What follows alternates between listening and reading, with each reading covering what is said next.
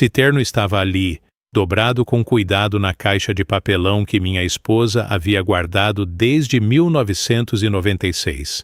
Eu o encontrei 3 semanas antes do casamento de Claire, no fundo do armário do quarto que ainda cheirava ao perfume dela. Pardon, je dois reprendre depuis le début. Ce matin-là, quand je suis entré dans l'église Saint-Martin de Tours avec ce costume sombre sur le dos, je portais autre chose que du tissu.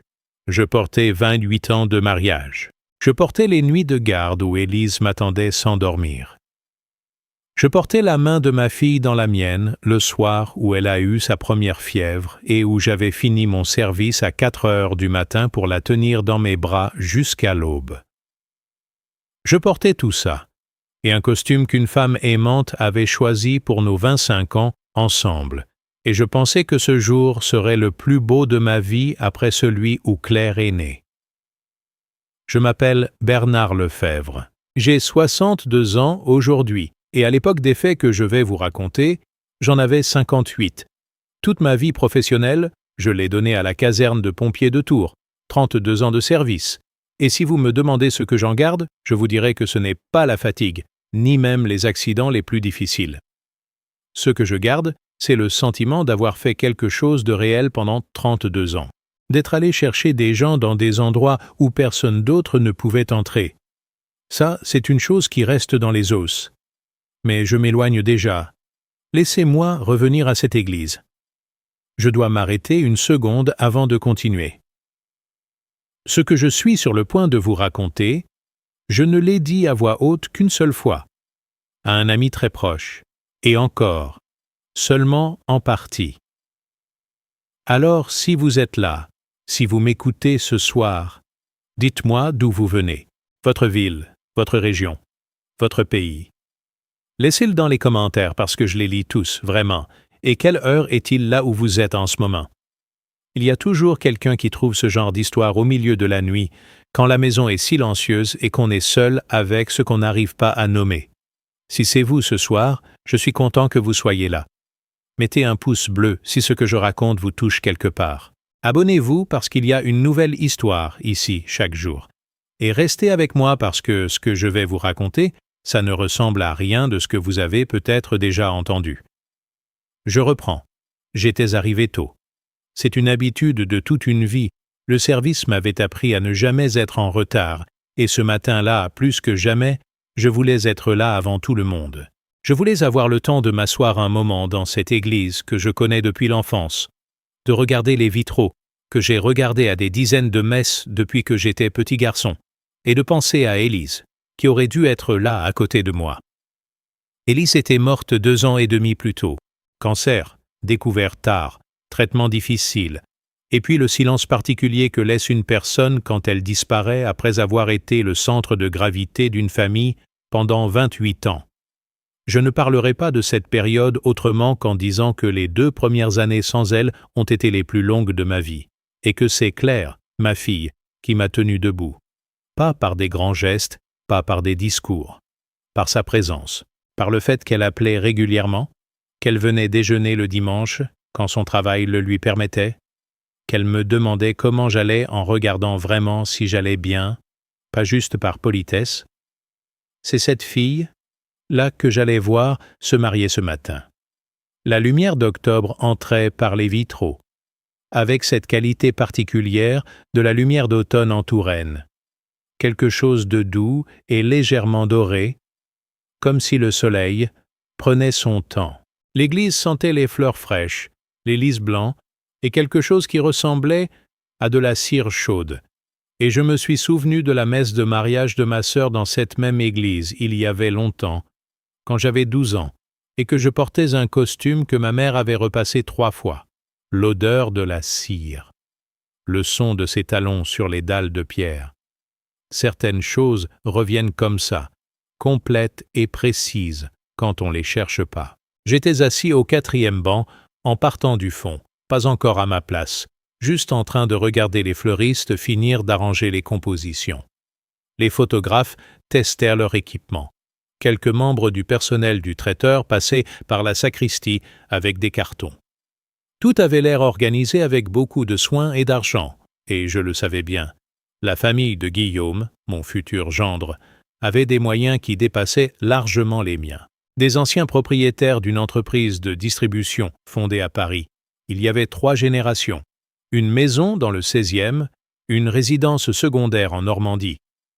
Des gens bien, semblait-il.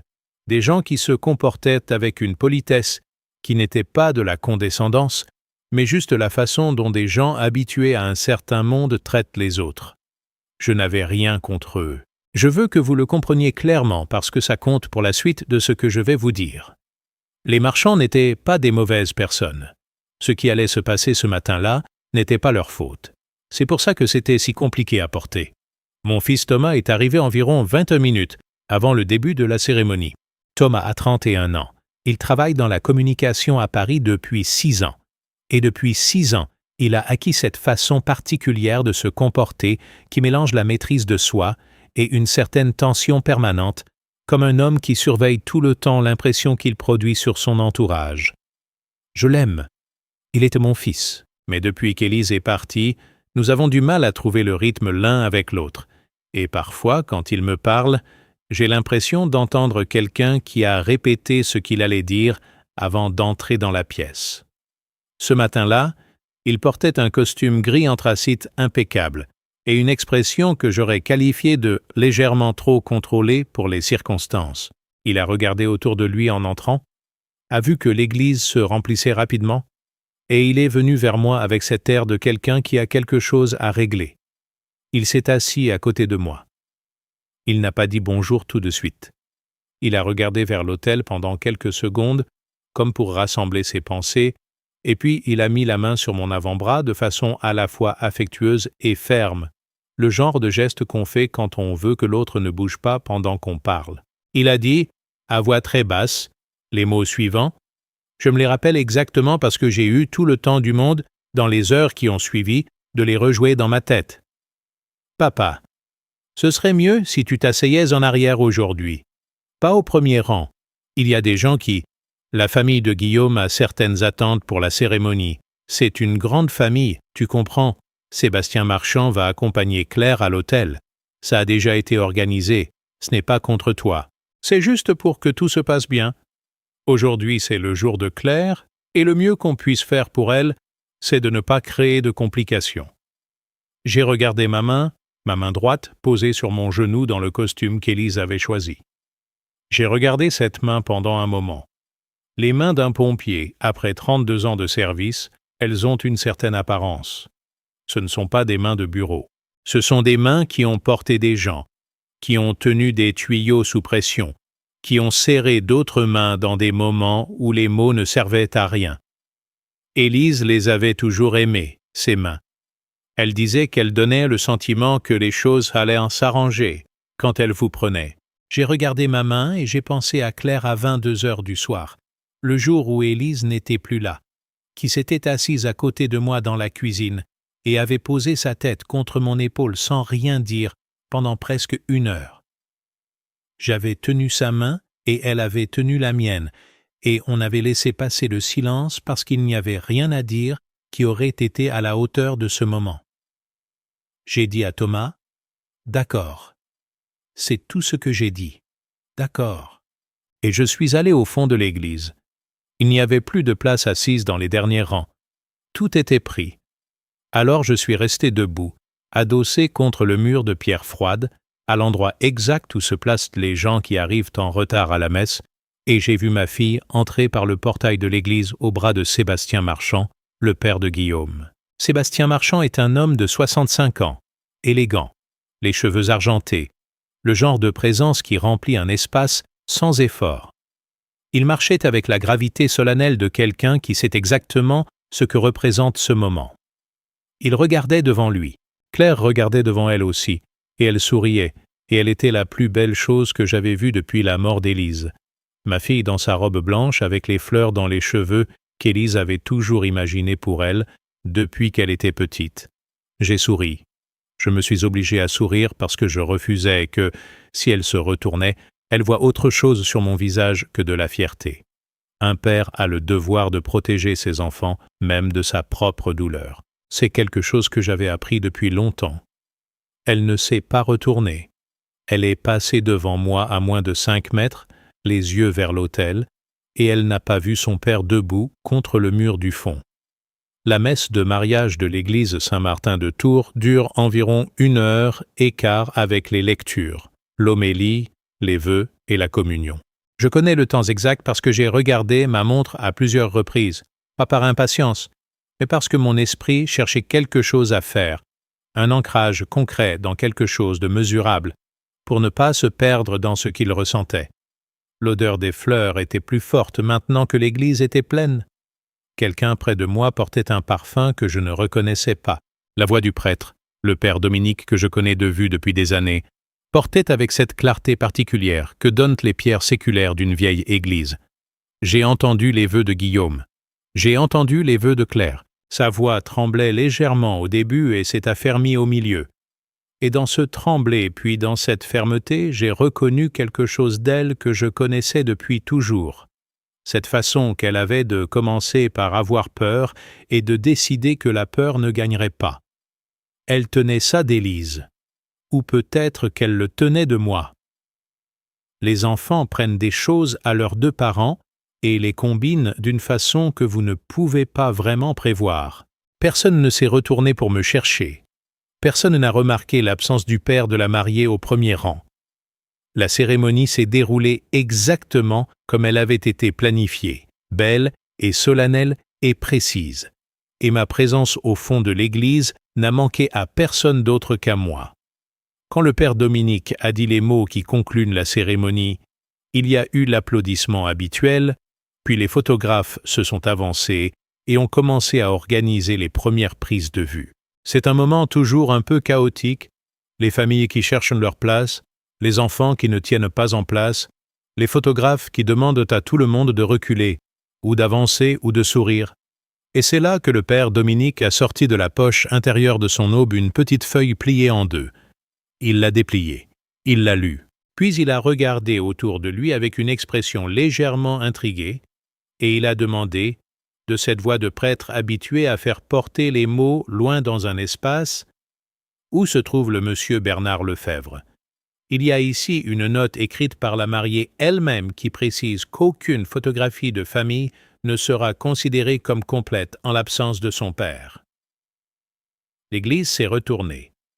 Pas progressivement, pas par petits groupes. D'un coup, comme une vague. Et moi, debout contre le mur du fond dans mon costume sombre, j'ai senti quelque chose remonter dans ma gorge que je ne saurais pas nommer précisément. Pas de la honte, pas de la tristesse non plus.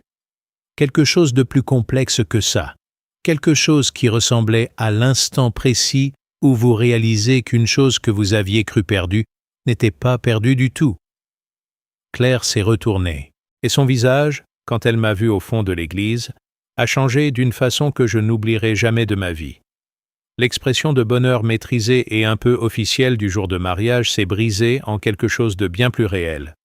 Ses yeux ont fait ce que les yeux font quand une émotion dépasse ce qu'on peut contrôler. Elle a dit quelque chose que je n'ai pas entendu depuis le fond parce que le murmure qui avait parcouru l'église couvrait les petits sons. Et puis elle a traversé l'allée centrale pour venir me chercher. Voilà. C'est le moment dont je vais vous raconter tout ce qui l'a précédé et tout ce qui l'a suivi. Parce que ce moment ne s'est pas créé tout seul. Il porte avec lui 32 ans de caserne. Une femme que j'ai aimée et perdue.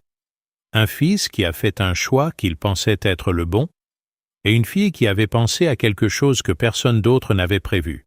Pour comprendre ce matin-là dans l'église Saint-Martin, il faut comprendre qui nous étions, ma famille et moi, avant que tout ça arrive. Je suis né à Amboise, en Indre-et-Loire, le 19 mars 1965. Mon père travaillait à l'entretien de la voirie pour la mairie, et ma mère était aide-soignante dans une maison de retraite. Nous n'avions pas grand-chose, mais nous n'avons jamais manqué de l'essentiel, et ma mère avait cette façon remarquable de faire que le peu qu'on avait semblait toujours suffisant, voire abondant. Elle cuisinait avec ce qu'il y avait, et la table était toujours belle. Elle raccommodait les vêtements avec soin, et ils semblaient presque neufs. Elle nous apprenait, à ma sœur et à moi, que la dignité n'a rien à voir avec l'argent qu'on possède, que c'est quelque chose qu'on choisit chaque jour, par la façon dont on se comporte. Mon père était un homme silencieux. Pas froid, silencieux. Il parlait quand il avait quelque chose à dire et il ne disait jamais rien qu'il ne pensait pas. Je lui ressemble beaucoup, paraît-il. Ce n'est pas toujours un avantage parce que les gens qui ne vous entendent pas parler beaucoup peuvent supposer des choses sur ce que vous pensez qui ne correspondent pas à la réalité. Mais c'est ainsi que je suis, et je ne suis plus à l'âge où j'essaierai de changer ça. J'ai rejoint la brigade des pompiers de Tours à 22 ans, en 1987. La formation, les premières gardes, la découverte de ce que c'est vraiment que d'entrer dans un bâtiment en feu, ou de arriver sur un accident et d'être la première présence organisée sur les lieux. Je ne dramatiserai pas ce travail en vous disant que c'est un sacerdoce ou une vocation au sens mystique.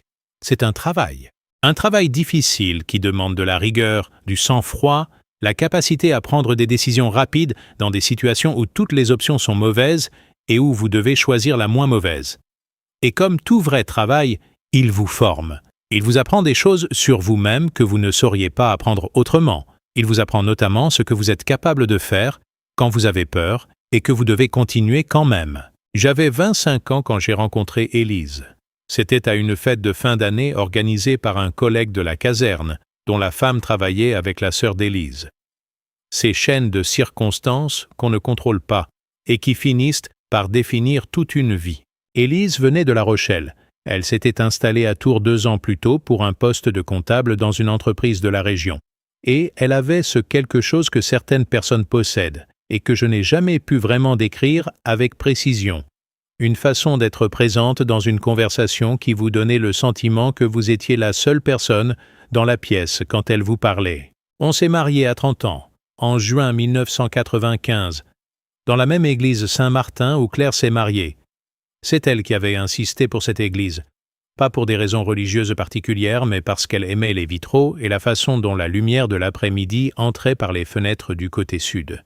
Elle avait raison sur ce point, comme sur beaucoup d'autres.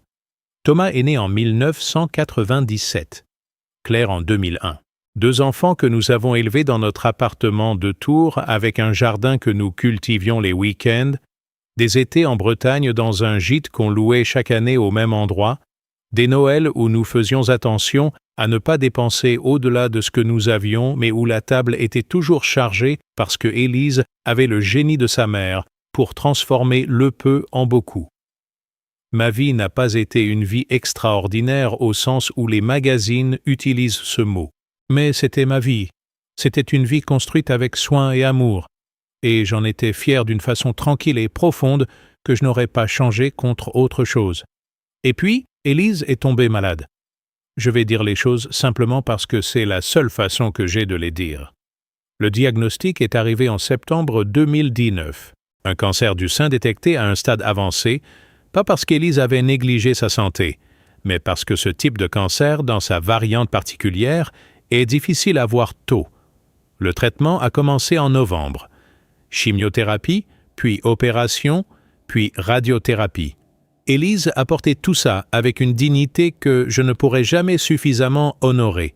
Elle perdait ses cheveux et elle plaisantait en disant qu'elle avait toujours voulu savoir à quoi ressemblait sa nuque.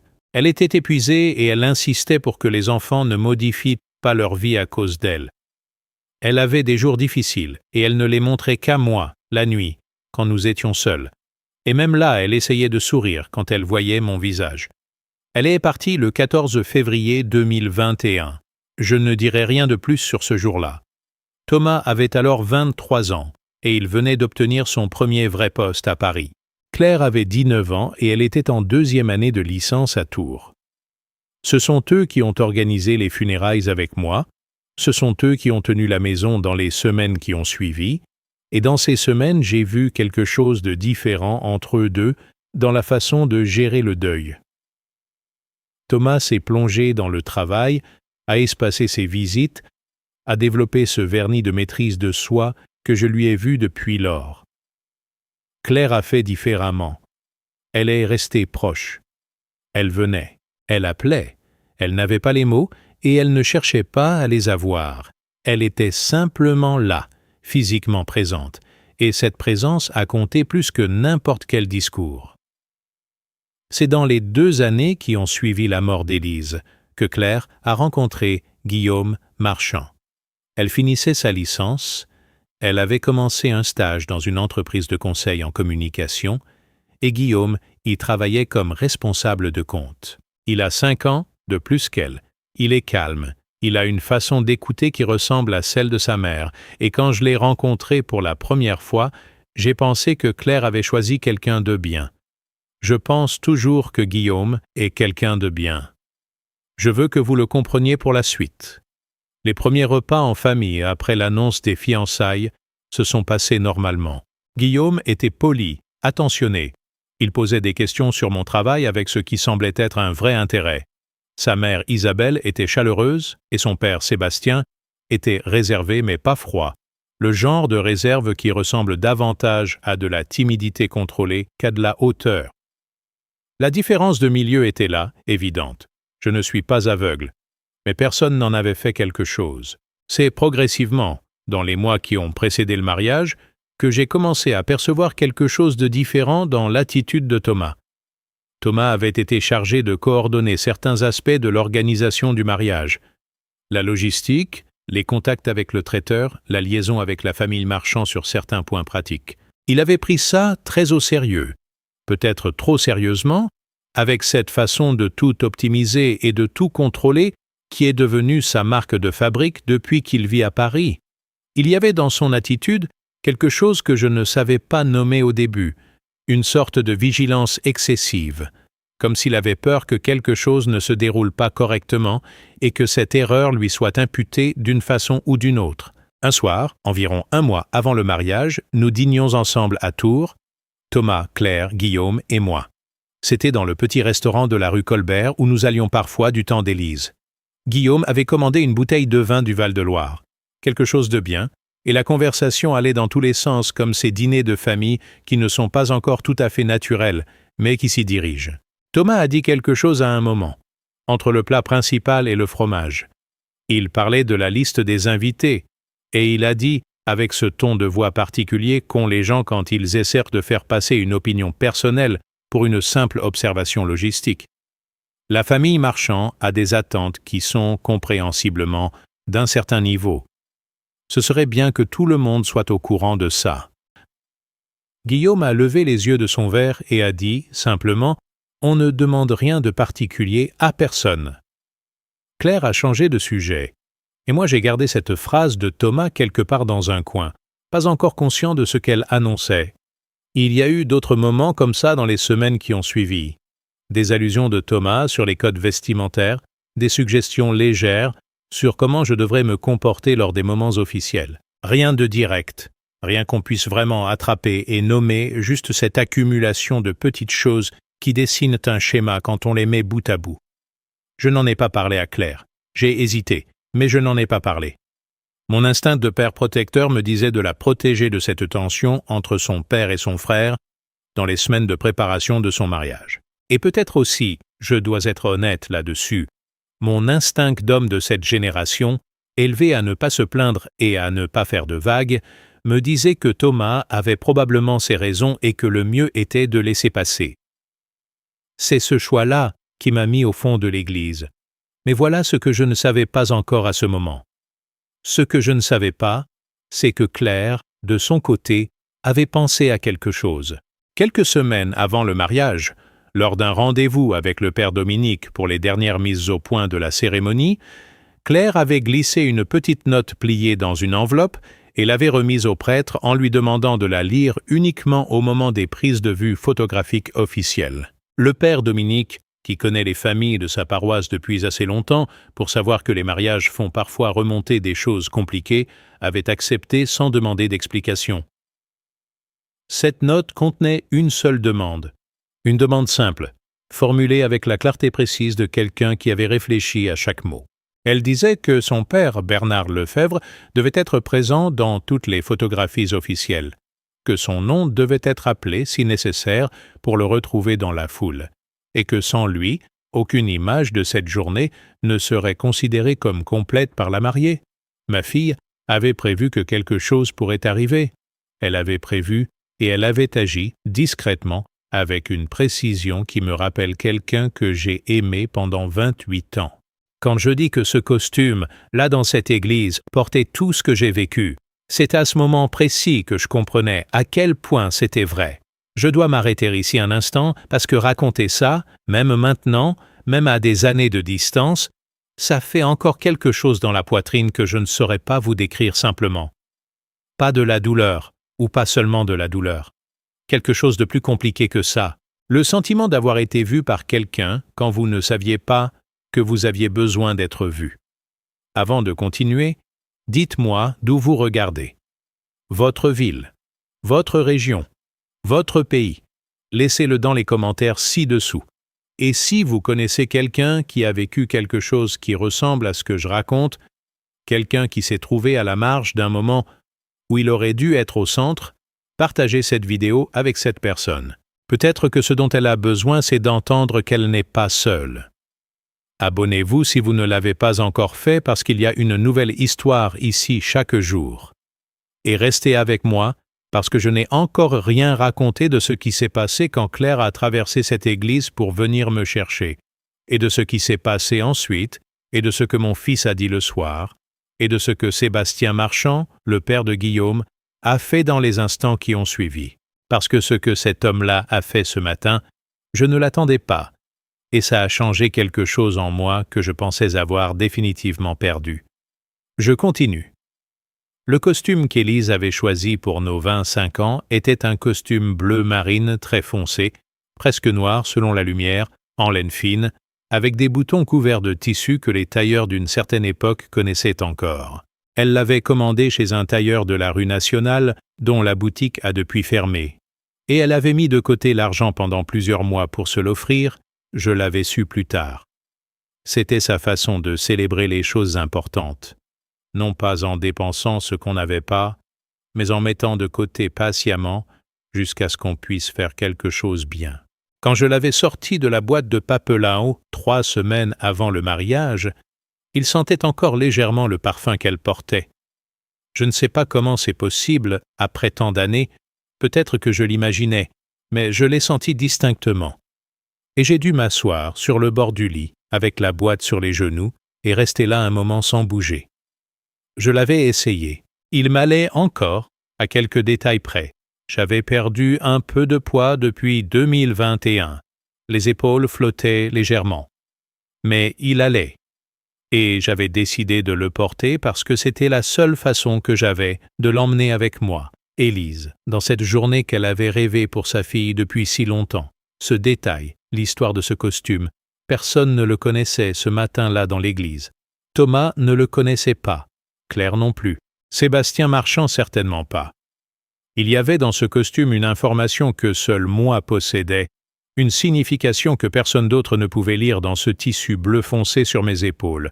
Et cette solitude-là, la solitude de porter quelque chose d'invisible que personne d'autre ne peut voir, c'est une expérience que certains d'entre vous reconnaissent peut-être. Mais revenons à l'église. Revenons au moment où le père Dominique a appelé mon nom et où toute la salle s'est retournée. J'étais debout contre le mur du fond. Quelqu'un près de moi, une femme d'environ 70 ans que je ne connaissais pas, avait légèrement tourné la tête vers moi quand mon nom avait été prononcé, et je voyais sur son visage une expression que je ne savais pas encore bien lire. Pas de la pitié, pas non plus de la curiosité voyeuriste, quelque chose de plus doux, quelque chose comme de la reconnaissance. Claire marchait vers moi. 38 mètres d'allée centrale, peut-être 40. Je ne les ai pas comptés, mais je me souviens avoir pensé à cette distance pendant qu'elle la parcourait. Sa robe faisait le bruit léger et précis que font les robes de mariée sur les dalles de pierre quand elles sont bien taillées. Guillaume était resté à l'autel, debout, et son expression à lui je l'ai vue de loin sans pouvoir en lire tous les détails, mais il y avait dans sa posture quelque chose qui ressemblait à un homme qui comprend en train de comprendre. Elle est arrivée devant moi, elle m'a regardé, et elle a dit, avec cette voix qui tremblait au début de ses vœux, et s'était affermie au milieu, « Pourquoi tu es tout au fond, papa ?» C'est une question simple, une question d'enfant, dans un sens. Pourquoi tu es tout au fond? Pas une accusation, pas encore, juste la question de quelqu'un qui ne comprend pas ce qu'elle voit et qui attend une réponse honnête, Et j'ai regardé ma fille, dans sa robe blanche, avec les fleurs dans les cheveux, et j'ai pensé à la nuit, où elle avait 9 mois, et où elle avait eu une fièvre qui m'avait terrifié, et à la façon dont elle avait fini par s'endormir dans mes bras, au milieu de la nuit, avec cette confiance absolue des nourrissons qui n'ont pas encore appris à avoir peur. J'ai pensé à ses premiers pas dans le couloir de notre appartement, à la première fois qu'elle m'avait appelé papa avec une intention complète, pas juste du bruit mais un mot qui me désignait, moi, son père, à la façon dont elle avait pleuré le jour de la rentrée en CP et s'était tournée pour me regarder encore une fois à la porte de la classe comme pour vérifier que j'étais encore là. J'ai dit « Je peux t'expliquer plus tard ». Elle a dit « Non, maintenant ». Et j'ai vu dans ses yeux que quelque chose avait déjà commencé à se mettre en place dans sa tête. L'intelligence de Claire est une intelligence rapide. Elle avait toujours été ainsi, même enfant, une façon de rassembler des informations dispersées et d'en tirer une conclusion juste avant les autres. Je voyais les pièces s'assembler dans son regard pendant qu'elle me regardait. Elle s'est retournée vers Thomas qui s'était déplacé vers nous depuis les premiers rangs et elle lui a posé la question directement, à voix basse mais pas si basse que les gens des rangs proches ne pouvaient pas entendre. « C'est toi qui lui as dit de rester au fond ?» Le silence particulier qui suit ce type de question dans un endroit plein de monde est quelque chose que je ne peux pas rendre en mots. C'est un silence qui a une texture, une densité. On entendait très distinctement le froissement d'une robe quelque part, le souffle d'une personne, les photographes qui avaient arrêté de se déplacer. Thomas avait le visage de quelqu'un qui cherche la formule juste et qui sait qu'il n'en trouvera pas. Il a dit quelque chose sur la logistique, sur les attentes de la cérémonie, sur le fait que c'était pour que tout se passe bien. Chaque mot qu'il prononçait atterrissait plus lourdement que le précédent dans ce silence. Et Sébastien Marchand, le père de Guillaume, qui était descendu de l'autel et se trouvait à 4 ou 5 mètres de nous, a dit alors quelque chose que je n'attendais pas. Il a dit, de sa voix posée de Parisien du 16e qui n'élève jamais le ton, « Je ne savais pas. Je n'aurais jamais accepté si j'avais su qu'il y avait un père vivant. » Il s'est approché de moi. Il m'a regardé. Cet homme élégant aux cheveux argentés qui avait marché à la place qui m'appartenait, et dans son regard, il y avait quelque chose de direct et de sincère que je n'attendais pas. Il m'a tendu la main. Pas pour me serrer la main d'un geste de politesse. Il a pris mon avant-bras, comme on fait avec quelqu'un qu'on connaît depuis longtemps. Il a dit « Venez, votre place est à l'autel. » Je ne me souviens pas précisément des secondes qui ont suivi. Je sais que j'ai marché avec lui. Je sais que les dalles de pierre de l'église Saint-Martin faisaient ce son précis que j'avais dans les oreilles depuis l'enfance. Je sais que Claire marchait à ma gauche et qu'à un moment elle a glissé sa main dans la mienne, cette main à moi dont elle connaissait la texture depuis qu'elle était toute petite, et elle a serré, et j'ai serré en retour, et j'ai marché jusqu'à l'autel. Le soleil d'octobre entrait maintenant par les vitraux du côté sud, exactement comme Élise l'avait voulu toutes ces années plus tôt pour notre propre mariage dans cette même église. La lumière dorée et douce qui lui appartenait. Je vais m'arrêter là pour cette première partie, parce qu'il y a encore beaucoup à vous raconter, et que je veux prendre le temps de le raconter bien. Ce que vous avez entendu jusqu'ici, c'est comment je me suis retrouvé au fond de cette église, et comment ma fille est venue me chercher. Mais il y a des choses que vous ne savez pas encore. Ce qui s'est passé avec les photos, ce que Thomas a dit le soir même, ce qu'Élise avait dit à Claire quelques semaines avant de mourir, que Claire ne m'avait jamais répété jusqu'à ce jour. Et ce que j'ai trouvé en rentrant chez moi ce soir-là, que je ne m'attendais pas à trouver. Restez avec moi. La lumière de midi dans l'église était différente de la lumière du matin. Ce n'est pas une observation poétique, c'est une observation précise. La lumière du matin dans une église orientée comme Saint-Martin entre par le côté nord et a cette qualité froide et claire, presque blanche, qui ressemble à la lumière des matins d'hiver même, en plein octobre. La lumière de midi, quand le soleil a tourné, touche les vitraux du côté sud et les traverse avec quelque chose de plus chaud, de plus ambre. Élise avait remarqué ça le jour de notre propre mariage, et elle me l'avait dit. Et depuis, je ne peux pas être dans cette église après 11 heures sans penser à cette remarque qu'elle avait faite il y a presque 30 ans. Il était 11h50 quand je me suis retrouvé à l'hôtel. Le père Dominique a demandé au photographe de recommencer depuis le début, pas avec une autorité sèche, avec cette douceur pratique qu'ont les prêtres qui ont officié à des dizaines de mariages et qui savent que les émotions du moment doivent être canalisées vers quelque chose de concret pour que les gens retrouvent leur équilibre. Recommencer les photos, c'était donner à tout le monde un rôle précis, une chose à faire, une organisation à respecter. Et dans cette organisation, chacun pouvait souffler un peu avant de devoir parler à voix haute de ce qui venait de se passer. Les photographes, deux jeunes femmes professionnelles très bien organisées, ont accepté sans manifester de surprise. Elles avaient l'air de deux personnes qui ont vu assez de choses dans les coulisses des mariages pour savoir que les familles peuvent être compliquées et que leur travail est de faire de belles images, quelles que soient les circonstances. La première photo officielle de la famille, c'était Claire et Guillaume au centre, puis moi d'un côté, et Sébastien et Isabelle Marchand de l'autre. Guillaume avait passé son bras autour des épaules de sa femme avec ce geste naturel et protecteur qu'ont les gens qui aiment vraiment la personne à côté d'eux.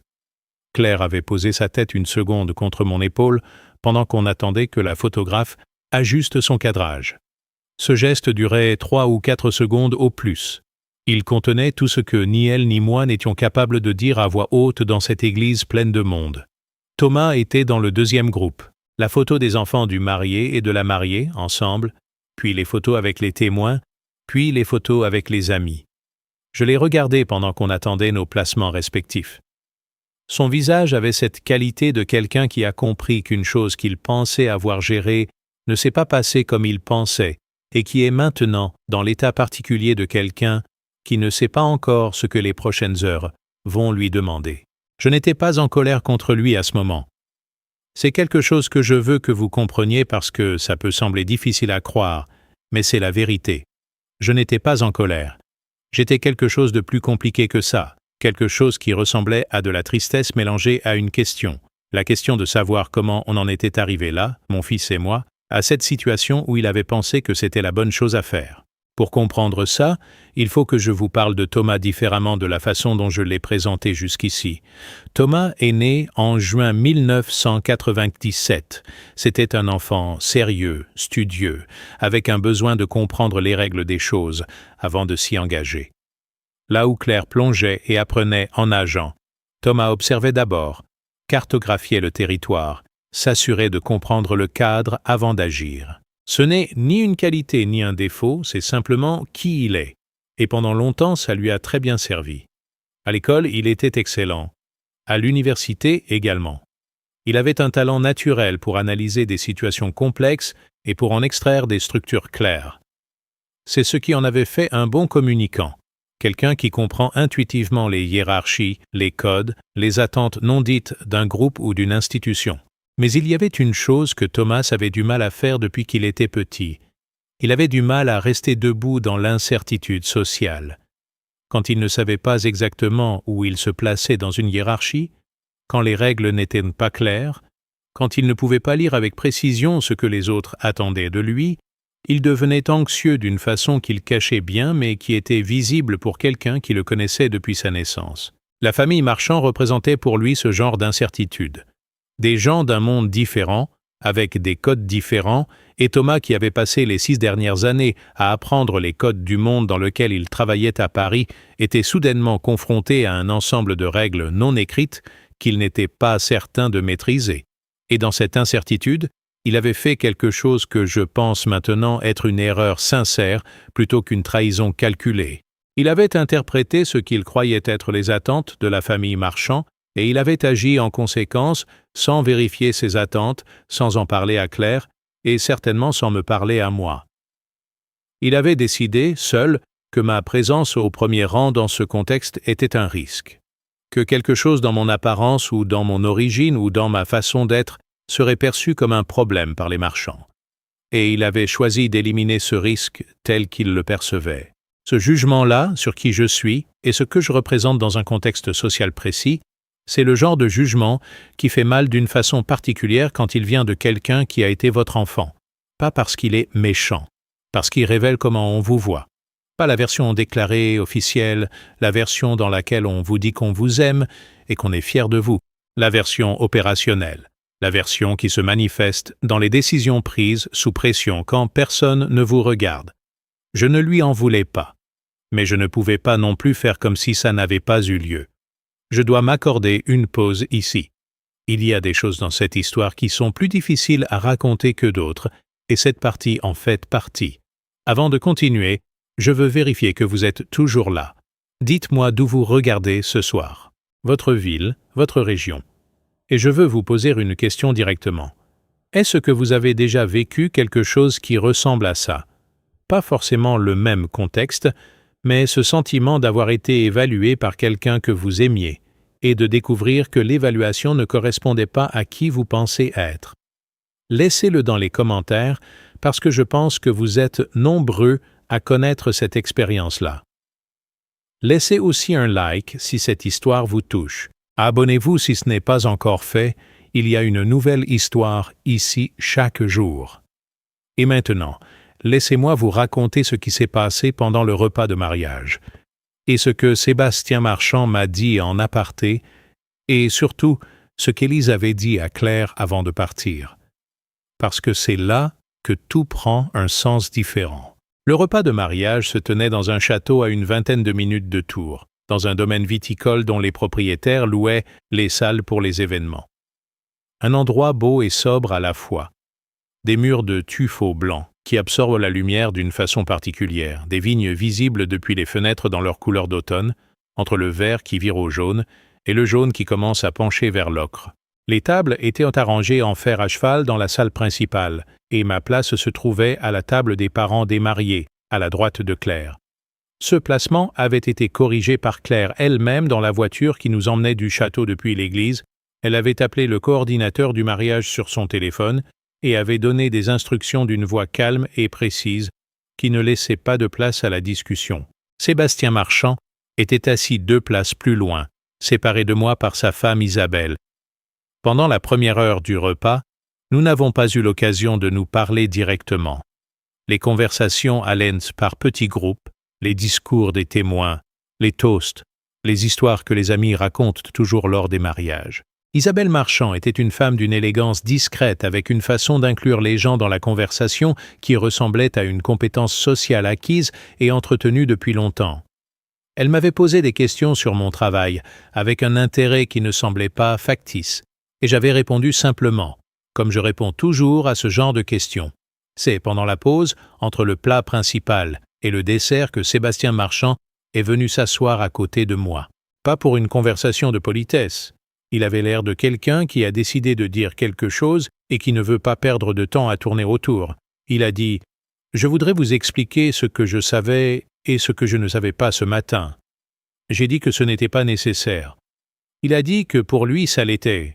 Il m'a expliqué que Thomas l'avait contacté quelques semaines avant le mariage pour discuter du protocole de la cérémonie, que Thomas avait présenté les choses de façon à donner l'impression qu'il représentait la position de la famille Lefebvre dans son ensemble et qu'il avait suggéré que pour des raisons pratiques et par souci de simplicité, la tradition de l'accompagnement par le père du marié serait préférable à un accompagnement double, que lui, Sébastien Marchand, avait accepté parce qu'il n'avait aucune raison de douter de ce que le fils de la mariée lui présentait comme la volonté de sa propre famille. Il m'a regardé et il a dit « Je n'aurais jamais accepté si j'avais compris la réalité. Jamais. Ce que vous avez vécu ce matin dans cette église, je ne vous le souhaite pas. Et je veux que vous sachiez que ça ne corresponde pas à la façon dont je pense qu'un père doit être traité le jour du mariage de sa fille. » J'ai tenu le verre de vin dans mes mains un moment. Du Vouvray, blanc, sec, la bouteille que quelqu'un avait choisie avec soin pour ce repas dans cette région de Loire qui les produit depuis des siècles. J'ai regardé la couleur du vin dans la lumière de fin d'après-midi, et puis j'ai dit à Sébastien Marchand quelque chose que je n'avais pas prévu de dire mais qui était vrai. Ma femme est morte il y a 3 ans. Ce costume que je porte, c'est elle qui l'avait choisi pour nos 25 ans. C'était la seule façon que j'avais de l'emmener avec moi aujourd'hui. Il n'a pas dit de platitude. Il n'a pas dit les mots que les gens disent généralement dans ces situations parce qu'ils ne savent pas quoi dire d'autre. Il a simplement hoché la tête, très lentement, de la façon dont hocha la tête un homme qui comprend ce que l'autre vient de lui confier et qui lui accorde le respect du silence. Puis, il a levé son verre et a dit « à elle ». Et nous avons bu. C'est une chose simple, mais parfois les choses simples contiennent le plus. Le soir, quand les discours furent terminés et que la musique avait commencé, et que les générations plus jeunes avaient envahi la piste de danse, j'ai trouvé un moment avec Claire, dans un coin un peu à l'écart, près d'une fenêtre qui donnait sur les vignes dans le soir qui tombait. Elle avait retiré ses chaussures à talons et marchait en chaussettes sur le parquet de la salle, et ça la rendait soudainement moins mariée officielle et plus simplement ma fille, comme elle l'avait toujours été. Elle m'a dit « Je savais que quelque chose risquait de se passer. » J'ai dit « Comment tu savais ?» Elle a dit « Parce que Thomas est Thomas, parce que depuis maman il a du mal avec les situations qu'il ne peut pas contrôler, et parce que maman me l'avait dit. » Cette phrase m'a arrêté. J'ai regardé ma fille. Elle a dit « Maman m'a parlé quelques semaines avant de partir. Elle m'a dit qu'un jour quelque chose arriverait où tu aurais besoin que quelqu'un te protège, toi, parce que tu n'as jamais su te protéger toi-même. Elle a dit que tu passerais ta vie à protéger les autres et que quand viendrait le moment où tu en aurais besoin à ton tour, tu te laisserais écarter sans te battre parce que tu trouverais une raison de penser que c'était la bonne chose à faire. Elle m'a demandé de faire attention à ça. J'ai regardé par la fenêtre les vignes dans le soir. La lumière était maintenant complètement différente de celle du matin, douce et horizontale. Cette lumière de fin d'après-midi qui tarde à partir en octobre dans la vallée de la Loire. Élise avait dit ça. Quelques semaines avant de mourir, elle avait pensé à moi et elle avait demandé à notre fille de veiller sur moi d'une façon qui ne ressemblerait pas à de la surveillance, d'une façon que je ne verrais pas venir, d'une façon qui me laisserait ma dignité intacte tout en me préservant de ma propre tendance à m'effacer quand je sens que ma présence est un problème. La note au père Dominique. Le listing des photos. La demande que son père soit nommé si nécessaire. C'était ça, l'exécution concrète de cette conversation avec Élise. Claire avait écouté sa mère, et elle avait agi. Je ne pouvais pas parler, pas parce que j'étais submergé d'une façon spectaculaire, mais parce que certaines émotions n'ont pas de mots qui leur correspondent exactement. Ce que je ressentais à ce moment-là dans ce coin de salle, avec ma fille, en chaussettes à côté de moi, pendant que la musique jouait et que les gens dansaient, c'était quelque chose qui dépassait la tristesse et le bonheur mélangés. C'était le sentiment d'avoir été vu et aimé par une femme qui n'était plus là, à travers les mains et les yeux de notre fille. J'ai fini par dire « Elle t'a bien connu ». Claire a souri et elle a dit « Elle vous a bien connus tous les deux ». Plus tard dans la soirée, Thomas est venu me trouver. Pas dans une attitude de grande scène, ce n'est pas son style. Il s'est assis à côté de moi dans le coin où j'avais fini par poser ma veste et desserrer ma cravate, et il a gardé le silence un moment avant de parler. Il a dit « Je pensais que c'était la bonne décision. Je veux que tu saches que ce n'était pas par... que ce n'était pas... » Il n'a pas trouvé comment terminer la phrase. J'ai dit « Je sais ». Il a dit « J'avais tort ». C'est une chose difficile à dire pour Thomas. Pas par orgueil, pas exactement, mais parce qu'il est quelqu'un qui analyse beaucoup avant d'agir et que reconnaître qu'une analyse était fausse représente pour lui quelque chose de plus profond qu'une simple erreur pratique. C'est reconnaître une limite dans sa façon de comprendre le monde. J'ai mis ma main sur son épaule. La main d'un pompier retraité, calleuse et forte encore malgré l'âge, sur l'épaule de mon fils en costume gris anthracite impeccable. J'ai dit « On en parlera. » Pas ce soir. Ce soir, c'est le mariage de ta sœur. Il a hoché la tête. Il est resté assis à côté de moi quelques minutes sans rien dire. Et nous avons regardé Claire danser avec Guillaume au milieu de la piste. Et ma fille riait de quelque chose que son mari lui avait dit à l'oreille, et ce rire était le son le plus beau que j'avais entendu depuis longtemps. Avant que je vous raconte ce que j'ai trouvé en rentrant chez moi ce soir-là, je dois vous expliquer quelque chose sur la maison dans laquelle j'habite, parce que ça compte pour la suite. J'habite dans le même appartement depuis 26 ans. C'est un appartement de 4 pièces dans le quartier des Prébendes d'Ohaye, pas loin du parc, avec un balcon qui donne sur une rue plantée de platanes. C'est un appartement modeste, dans le sens où il n'est pas grand, et où il n'a pas été rénové avec des matériaux de luxe. Mais c'est un appartement qui a eu une vie. C'est là qu'Élise et moi avons élevé nos enfants. C'est là que Thomas a appris à faire du vélo dans le couloir en renversant une lampe. C'est là que Claire a passé ses premières nuits à pleurer et ses premières nuits à dormir d'un trait. C'est là qu'Élise cuisinait le dimanche avec la radio qui jouait dans la cuisine. Depuis qu'elle est partie, j'ai changé peu de choses. Pas par incapacité à avancer, je veux que ça soit clair, mais parce que l'appartement tel qu'il est me convient et qu'il me convient de vivre entouré de choses qui ont une histoire. Ce soir-là, en rentrant du mariage vers 11h, j'ai accroché ma veste dans l'entrée et j'ai allumé la lumière de la cuisine. Et sur la table de la cuisine, là où je mange mes repas depuis 32 ans, il y avait une enveloppe. Je ne l'avais pas vue en partant le matin. Elle n'était pas là quand j'avais pris mon café à 7h, avant de partir pour l'église.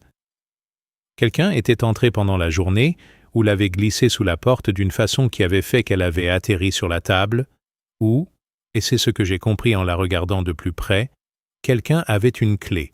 L'enveloppe portait mon prénom en écriture que j'ai mis quelques secondes à reconnaître parce que ça faisait longtemps que je ne l'avais pas vue.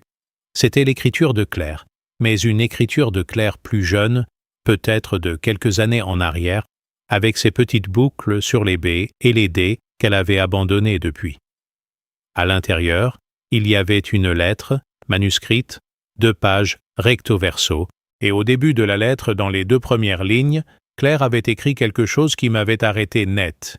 Elle avait écrit « Papa, cette lettre a été écrite par maman et confiée à moi 3 semaines avant qu'elle parte. Elle m'a demandé de te la donner le jour de mon mariage, en rentrant, pour que tu sois seul quand tu la liras. » Je me suis assis à la table de ma cuisine, dans mon costume bleu marine qui avait porté toute la journée et ses 30 ans d'histoire. Et j'ai commencé à lire la lettre qu'Élise m'avait écrite quelques semaines avant sa mort, lettre qu'elle avait confiée à notre fille pour qu'elle me parvienne ce soir-là, le soir du mariage de Claire, précisément. Et pour vous raconter ce que contenait cette lettre, je vais avoir besoin de la prochaine partie de cette histoire. Avant que je vous dise au revoir pour ce soir, je veux vous demander quelque chose.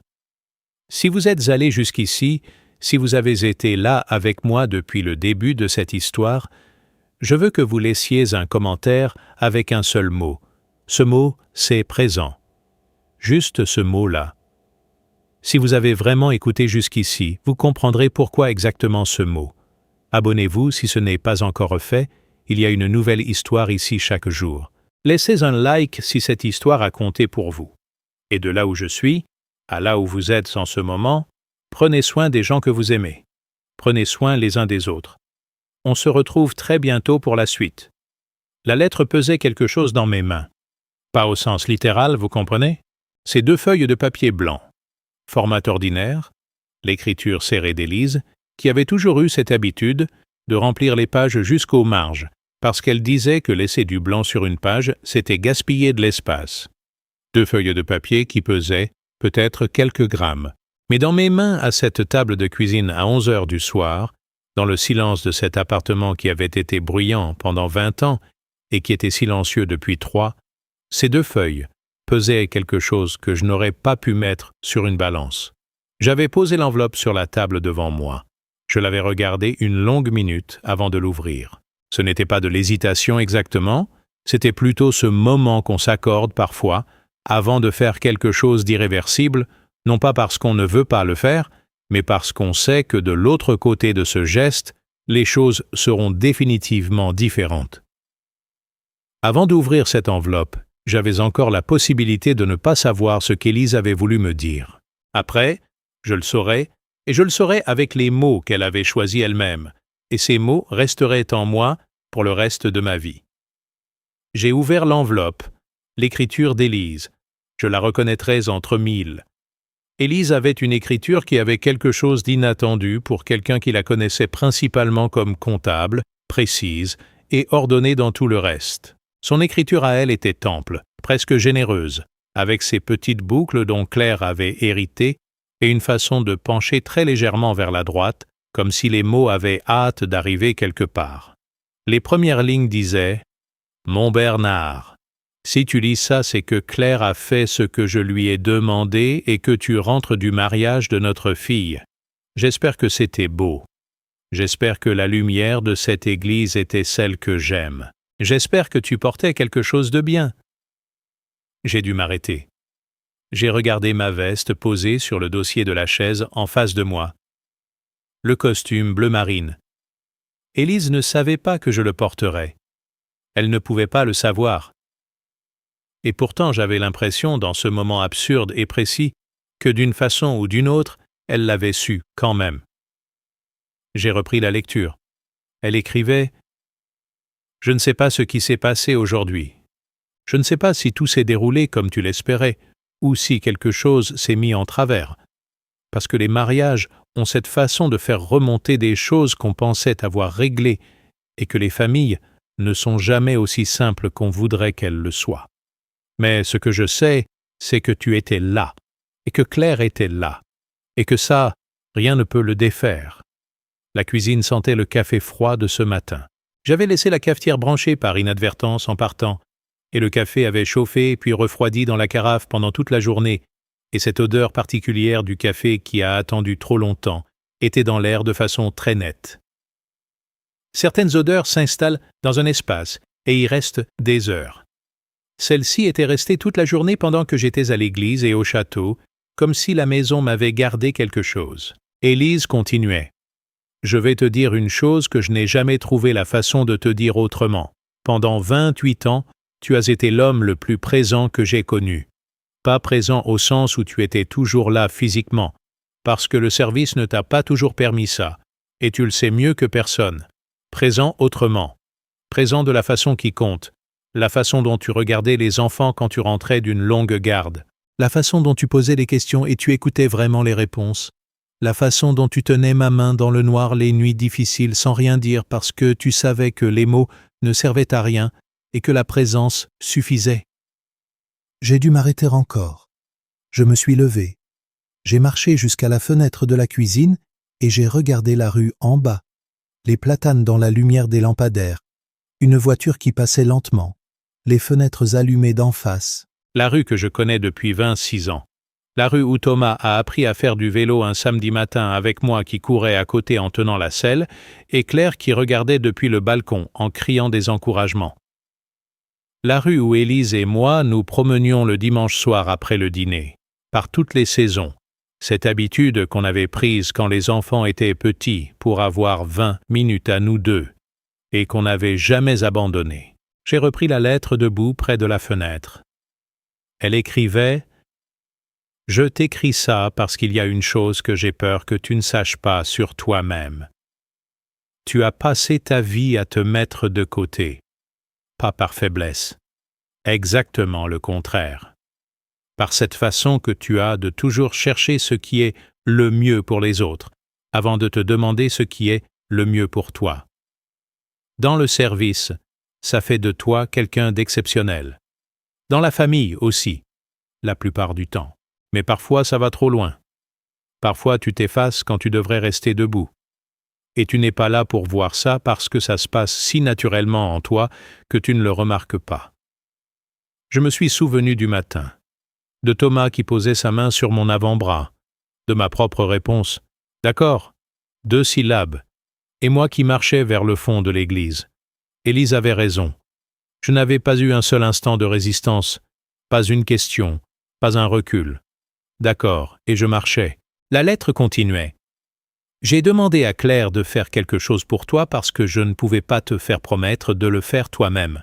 Si je t'avais demandé de te battre pour ta place le jour de son mariage, tu m'aurais dit oui, et tu l'aurais dit en pensant le dire vraiment, et puis le moment venu, quelque chose en toi aurait trouvé une raison pour que ce soit mieux ainsi.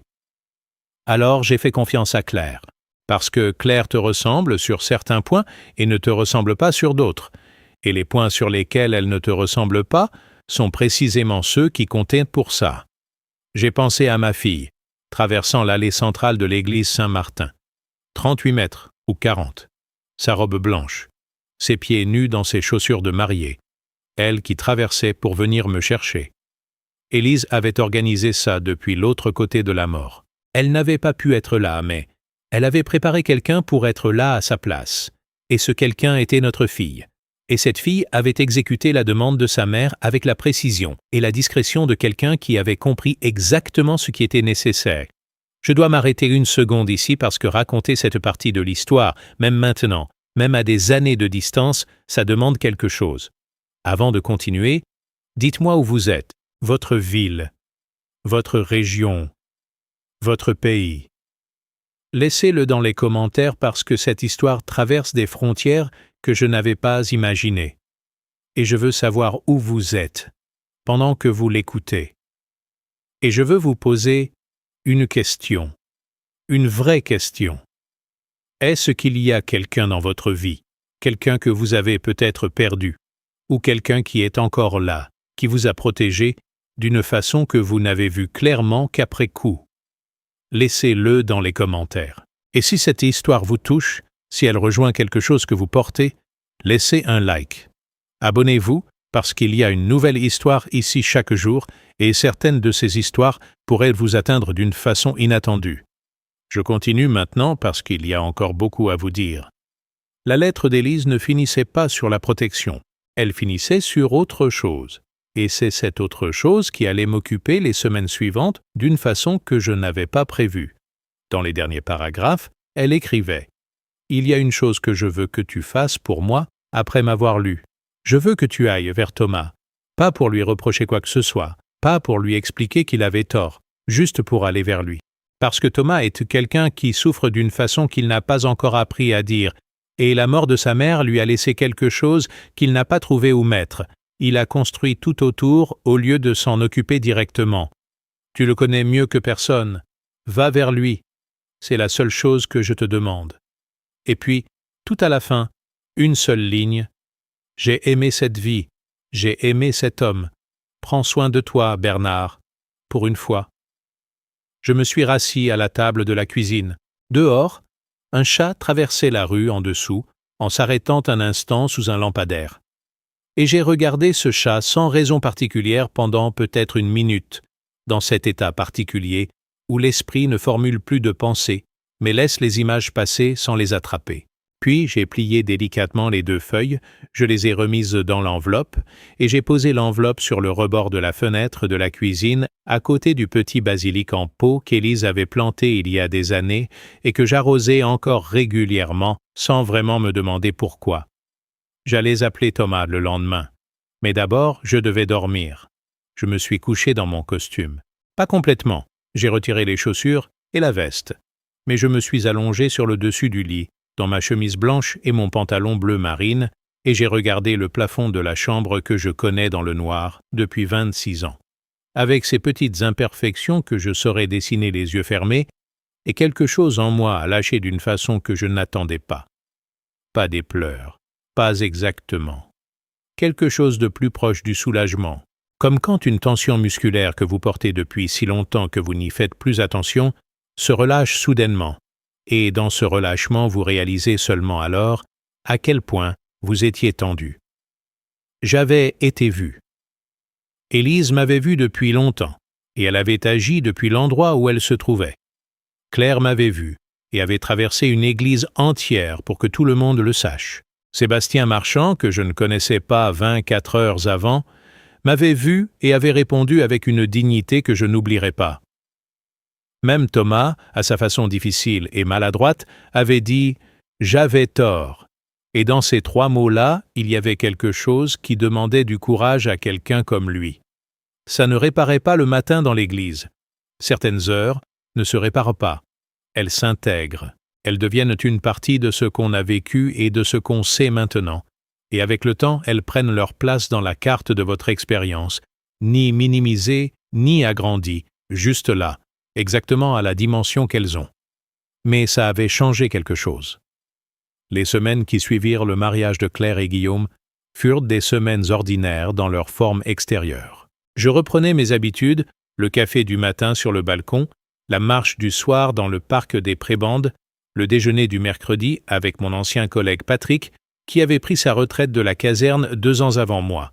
Des jours qui se ressemblent. La vie à 62 ans d'un homme qui a fini son service, et qui vit seul dans un appartement de 4 pièces avec un basilic en pot sur le bord de la fenêtre.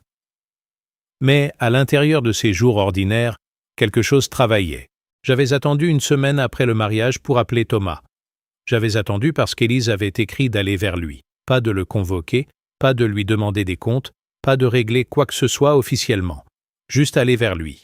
Et aller vers quelqu'un, ça ne se fait pas dans les premières heures quand tout est encore trop proche.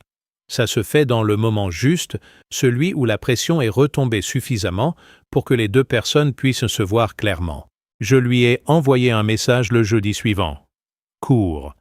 Je lui disais que j'allais à Tours le samedi et que si ça lui convenait, je pourrais passer. Il a répondu en 5 minutes qu'il venait de Paris ce week-end-là justement pour des affaires et que oui, ça lui convenait. Cette coïncidence-là, je l'ai gardée pour moi. Thomas venait à Tours ce week-end-là. Il n'en avait pas parlé. Il n'avait pas mentionné sa venue pendant le repas du mariage ni dans les jours suivants. Je ne sais pas si c'était prévu avant mon message ou si c'était une décision prise après. Je ne lui ai pas demandé. Certaines choses n'ont pas besoin d'être éclairées complètement pour qu'on les comprenne. Nous nous sommes retrouvés dans un café de la place Plumereau, un café que nous connaissons tous les deux depuis l'adolescence, l'un des rares de la place qui n'ait pas changé de décoration ni d'ambiance en 20 ans, avec ses tables rondes en marbre et ses chaises en rotin, et son patron qui doit avoir 70 ans et qui connaît de vue toutes les familles du centre-ville. Thomas était déjà là quand je suis arrivé. Il avait l'air d'avoir moins bien dormi que d'habitude. Il avait commandé un café qu'il n'avait presque pas touché. Je me suis assis en face de lui. On s'est regardé une seconde, puis j'ai dit « Comment tu vas ?»« Pas ? Pourquoi tu as fait ça ? Pas ? J'ai à te parler. Comment tu vas ?» 2 mots qui posaient de la vraie question avant la question pratique. Il a dit « Pas très bien, pour être honnête. » C'était peut-être la première fois que Thomas me disait quelque chose d'aussi direct et d'aussi vulnérable depuis qu'il était adulte. Pas très bien. Pas. Ça va. Quelques trucs à gérer. Pas très bien. J'ai bu mon café et je l'ai laissé continuer s'il voulait. Il a dit « Je n'arrête pas de repenser à ce que j'ai fait. Pas juste le jour du mariage. Avant. Pendant des mois. La façon dont j'ai géré ça. Ce que j'ai dit à Sébastien Marchand. Ce que je t'ai dit à toi dans l'église. » J'ai dit « Dis-moi pourquoi tu pensais que c'était la bonne décision. » Il a regardé sa tasse de café. Il l'a fait tourner légèrement sur le marbre de la table. Il a dit « Je pensais qu'ils attendaient quelque chose d'une certaine façon. Les marchands. Je pensais que si tu étais au premier rang et qu'il y avait cette différence visible entre les deux familles, ça mettrait Claire dans une position difficile. » J'ai dit « Tu pensais que j'allais créer une différence visible. » Il n'a pas répondu immédiatement. Il savait que c'était la question précise et qu'elle méritait une réponse précise. Il a dit « Oui ». Un seul mot, mais honnête. J'ai dit « Et maintenant ?» Il a dit « Maintenant, je sais que j'avais complètement tort sur ce que les marchands attendaient. Et je pense que même si j'avais eu raison sur leurs attentes, ça n'aurait pas justifié ce que j'ai fait. Les deux choses à la fois. » Il y avait dans cette phrase une précision intellectuelle qui est caractéristique de Thomas, cette façon de ne pas se contenter d'une seule raison, de s'être trompé quand il peut en identifier 2. Dans d'autres circonstances, ça m'aurait fait sourire. Dans celle-ci, je l'ai pris pour ce que c'était, un effort sincère de comprendre jusqu'où il avait fait fausse route. J'ai dit « Ta mère m'a laissé une lettre ». Il a levé les yeux. J'ai dit « Elle t'a laissé quelque chose à toi aussi ?» Il a dit « Non, pas à moi. » Et j'ai vu dans son regard, brièvement, quelque chose qui ressemblait à de la douleur. Pas de la jalousie, quelque chose de plus profond. Quelque chose comme la confirmation d'une chose qu'il avait peut-être toujours redoutée, que la distance qu'il s'était créée depuis des années était visible, qu'elle avait été visible même pour Élise dans ces dernières semaines, et qu'elle avait eu des conséquences. Je me suis demandé si je devais lui dire ce qu'Élise avait écrit sur lui dans ma lettre. J'ai décidé que non, pas maintenant. Peut-être un jour, mais pas ce matin-là dans ce café. Ce que sa mère avait dit de lui dans cette lettre lui appartenait d'une certaine façon, mais ce n'était pas à moi de le transmettre maintenant. Ce matin-là, La chose qui importait, c'était d'être là avec lui, comme Élise l'avait demandé.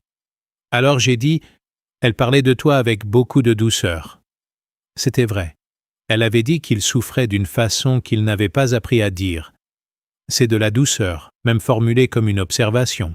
Thomas a regardé par la fenêtre la place Plumereau dans la lumière du matin. Il y avait des enfants qui couraient autour de la fontaine, des gens qui prenaient leur café aux terrasses, le marché qui commençait à se démonter. Tours un samedi matin, banal et vivant. Il a dit « Je lui ai manqué ces dernières années. Je sais que je lui ai manqué. » J'ai dit « Elle savait pourquoi. » C'est différent de ne pas manquer à quelqu'un. Cette conversation ne résolvait rien dans le sens où les problèmes ne disparaissent pas d'une conversation, même honnête. Mais elle posait quelque chose. Elle posait la première pierre de quelque chose qui allait prendre du temps à construire. Mon fils et moi, dans les mois suivants, dans les années suivantes. Le genre de reconstruction qui ne suit pas un plan, mais qui avance par petits moments. Par appels téléphoniques qui durent un peu plus longtemps qu'avant, par visites qui s'espacent moins, par conversations où on dit des choses vraies progressivement. Avant que je continue, je veux m'arrêter ici parce que ce que je viens de vous raconter, cette conversation avec Thomas dans ce café, c'est quelque chose que je n'avais partagé avec personne. Absolument personne. Alors, si vous êtes encore là avec moi, dites-moi d'où vous écoutez. Votre ville, votre pays. Quelle heure est-il là où vous êtes en ce moment? Il y a quelqu'un quelque part qui est en train d'écouter ça en pensant à son propre père ou à son propre enfant. Et cette personne mérite de savoir qu'elle n'est pas seule dans ce qu'elle ressent.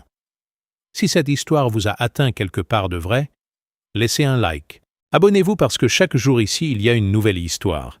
Et certaines sont peut-être encore plus proches de ce que vous vivez. Et partagez cette vidéo avec quelqu'un qui a besoin de l'entendre, parce que parfois ce dont une personne a besoin, c'est de savoir que des choses difficiles peuvent se terminer avec de la dignité et de l'amour. Je reprends maintenant parce qu'il me reste à vous raconter ce qui s'est passé dans les mois suivants, et ce que Claire m'a dit le soir de son retour de voyage de noces, et ce moment particulier qui est venu quelques semaines après, et qui a tout mis en place d'une façon que je n'avais pas prévue. L'automne continua. Novembre arriva avec cette qualité de lumière que je connais bien dans la vallée de la Loire. Une lumière horizontale et tardive. Le soleil qui ne monte plus très haut dans le ciel et qui éclaire les choses de côté, ce qui leur donne une ombre et un volume qu'elles n'ont pas en été. Les vignes autour de Tours perdaient en leurs feuilles, dans les couleurs que cette région fait mieux que beaucoup d'autres, des ocres et des rouges et des jaunes qui durent quelques semaines et qu'on retrouve chaque année avec un sentiment qui ressemble à de l'amitié. J'avais recommencé à cuisiner. Ce détail peut sembler anodin, mais il ne l'est pas. Après la mort d'Élise, j'avais arrêté presque complètement de cuisiner pour moi-même. Je mangeais simplement des choses réchauffées ou des repas au restaurant au coin de la rue, et je ne m'en rendais pas vraiment compte. Un ancien collègue m'avait un jour demandé si je mangeais bien, et j'avais dit oui par réflexe avant de réaliser que la question méritait peut-être une réflexion plus honnête. Mais après le mariage, après la lettre, quelque chose avait changé dans mon rapport à la cuisine. J'avais ressorti le livre de recettes qu'Élise gardait dans le tiroir du haut de la cuisine. Ce livre de recettes qu'elle avait complété pendant des années de sa propre écriture ample dans les marges, des annotations sur les quantités à modifier, des suggestions de variations, des petits dessins parfois à côté des recettes qu'elle aimait particulièrement. J'avais commencé à cuisiner des recettes de ce livre, pas par nostalgie exactement, par quelque chose de plus actif, comme une façon de continuer une conversation. Le premier plat que j'avais cuisiné, c'était une blanquette de veau, la recette favorite d'Élise, qu'elle faisait toujours les jours de fête ou quand quelqu'un de la famille venait dîner. J'avais suivi ses annotations dans les marges, les modifications qu'elle avait apportées au fil des années, une pincée de noix de muscade en plus, un peu de crème plus épaisse que la recette originale le demandait. Le résultat n'était pas identique au sien, il ne le serait jamais, mais il était bon, il était reconnaissable. Il portait quelque chose de sa façon de faire les choses. J'avais mangé cette blanquette seule à ma table de cuisine, et pour la première fois depuis longtemps, je n'avais pas eu le sentiment d'être seul en mangeant. Claire et Guillaume sont rentrés de leur voyage de noces au Portugal en novembre. 2 semaines à Lisbonne et dans l'Alentejo. des endroits que Guillaume connaissait et qu'il avait voulu montrer à Claire. Elle m'a appelé le soir de leur retour, encore dans la voiture depuis l'aéroport, et elle m'a raconté dans le désordre, et avec cette énergie particulière du retour de voyage, les choses qu'elle avait vues et aimées. Les tuiles azulejos des façades de Lisbonne, la lumière du soir sur le Tage, les vignes de l'Alentejo qui ressemblaient, selon elle, aux vignes du Val-de-Loire, mais différemment. Je l'écoutais et je pensais à Élise, qui avait toujours voulu aller au Portugal et qui n'y était jamais allée. Je me suis dit que peut-être un jour j'irais à Lisbonne, pas pour combler quelque chose, pour aller voir ces tuiles azulejos dont Claire me parlait et ajouter une image nouvelle à ce que je connaissais du monde. Elle est venue me voir le dimanche suivant son retour, seule, sans Guillaume. Ce n'était pas prévu, mais elle avait appelé le matin pour dire qu'elle passait en début d'après-midi. Je l'attendais avec du café et la tarte aux pommes que j'avais faite en suivant la recette d'Élise, et quand elle est entrée dans l'appartement, elle a senti la tarte avant de me voir et elle a dit « Tu as fait la tarte de maman ». J'ai dit « J'ai essayé ». Elle l'a goûtée et elle a dit que c'était très proche. Puis elle a dit « C'est différent, mais c'est toi. On goûte que c'est toi qui l'as faite ». Je n'ai pas su comment prendre ça sur le moment, mais après, en y repensant, j'ai compris que c'était peut-être le meilleur compliment qu'elle pouvait me faire. Nous avons parlé longtemps cet après-midi-là, de la lettre qu'Élise avait écrite. Claire m'a raconté comment sa mère la lui avait remise, dans quelles circonstances, ce qui avait été dit ce jour-là. Élise était encore capable de se lever et de marcher, mais fatigable, et elle s'était assise dans le jardin par une après-midi de janvier, inhabituellement douce pour la saison, et Élise avait sorti l'enveloppe de la poche de sa veste et l'avait tendue à Claire avec des instructions simples. La date, le moment, les conditions. Claire m'a dit. Elle était très calme. Pas calme de façon triste. Calme de façon résolue. Comme quelqu'un qui a fait ce qu'il avait à faire. J'ai dit. C'était elle en entier, ça. Claire a dit. Est-ce que tu vas bien, papa? Pour de vrai. Je l'ai regardée. Ma fille avec ses cheveux encore légèrement dorés du soleil du Portugal, et ses yeux d'Élise, et cette façon à elle de poser les questions directement quand elle veut vraiment savoir. J'ai dit « Je vais mieux qu'il y a un an, et moins bien que j'irai dans un an. » Elle a souri. Elle a dit « C'est une réponse honnête. » J'ai dit « Je fais de mon mieux. » Elle a posé sa main sur la mienne, sur la table de la cuisine. La même table. Le même geste qu'Élise faisait parfois.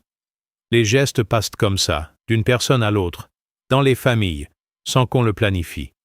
Décembre arriva.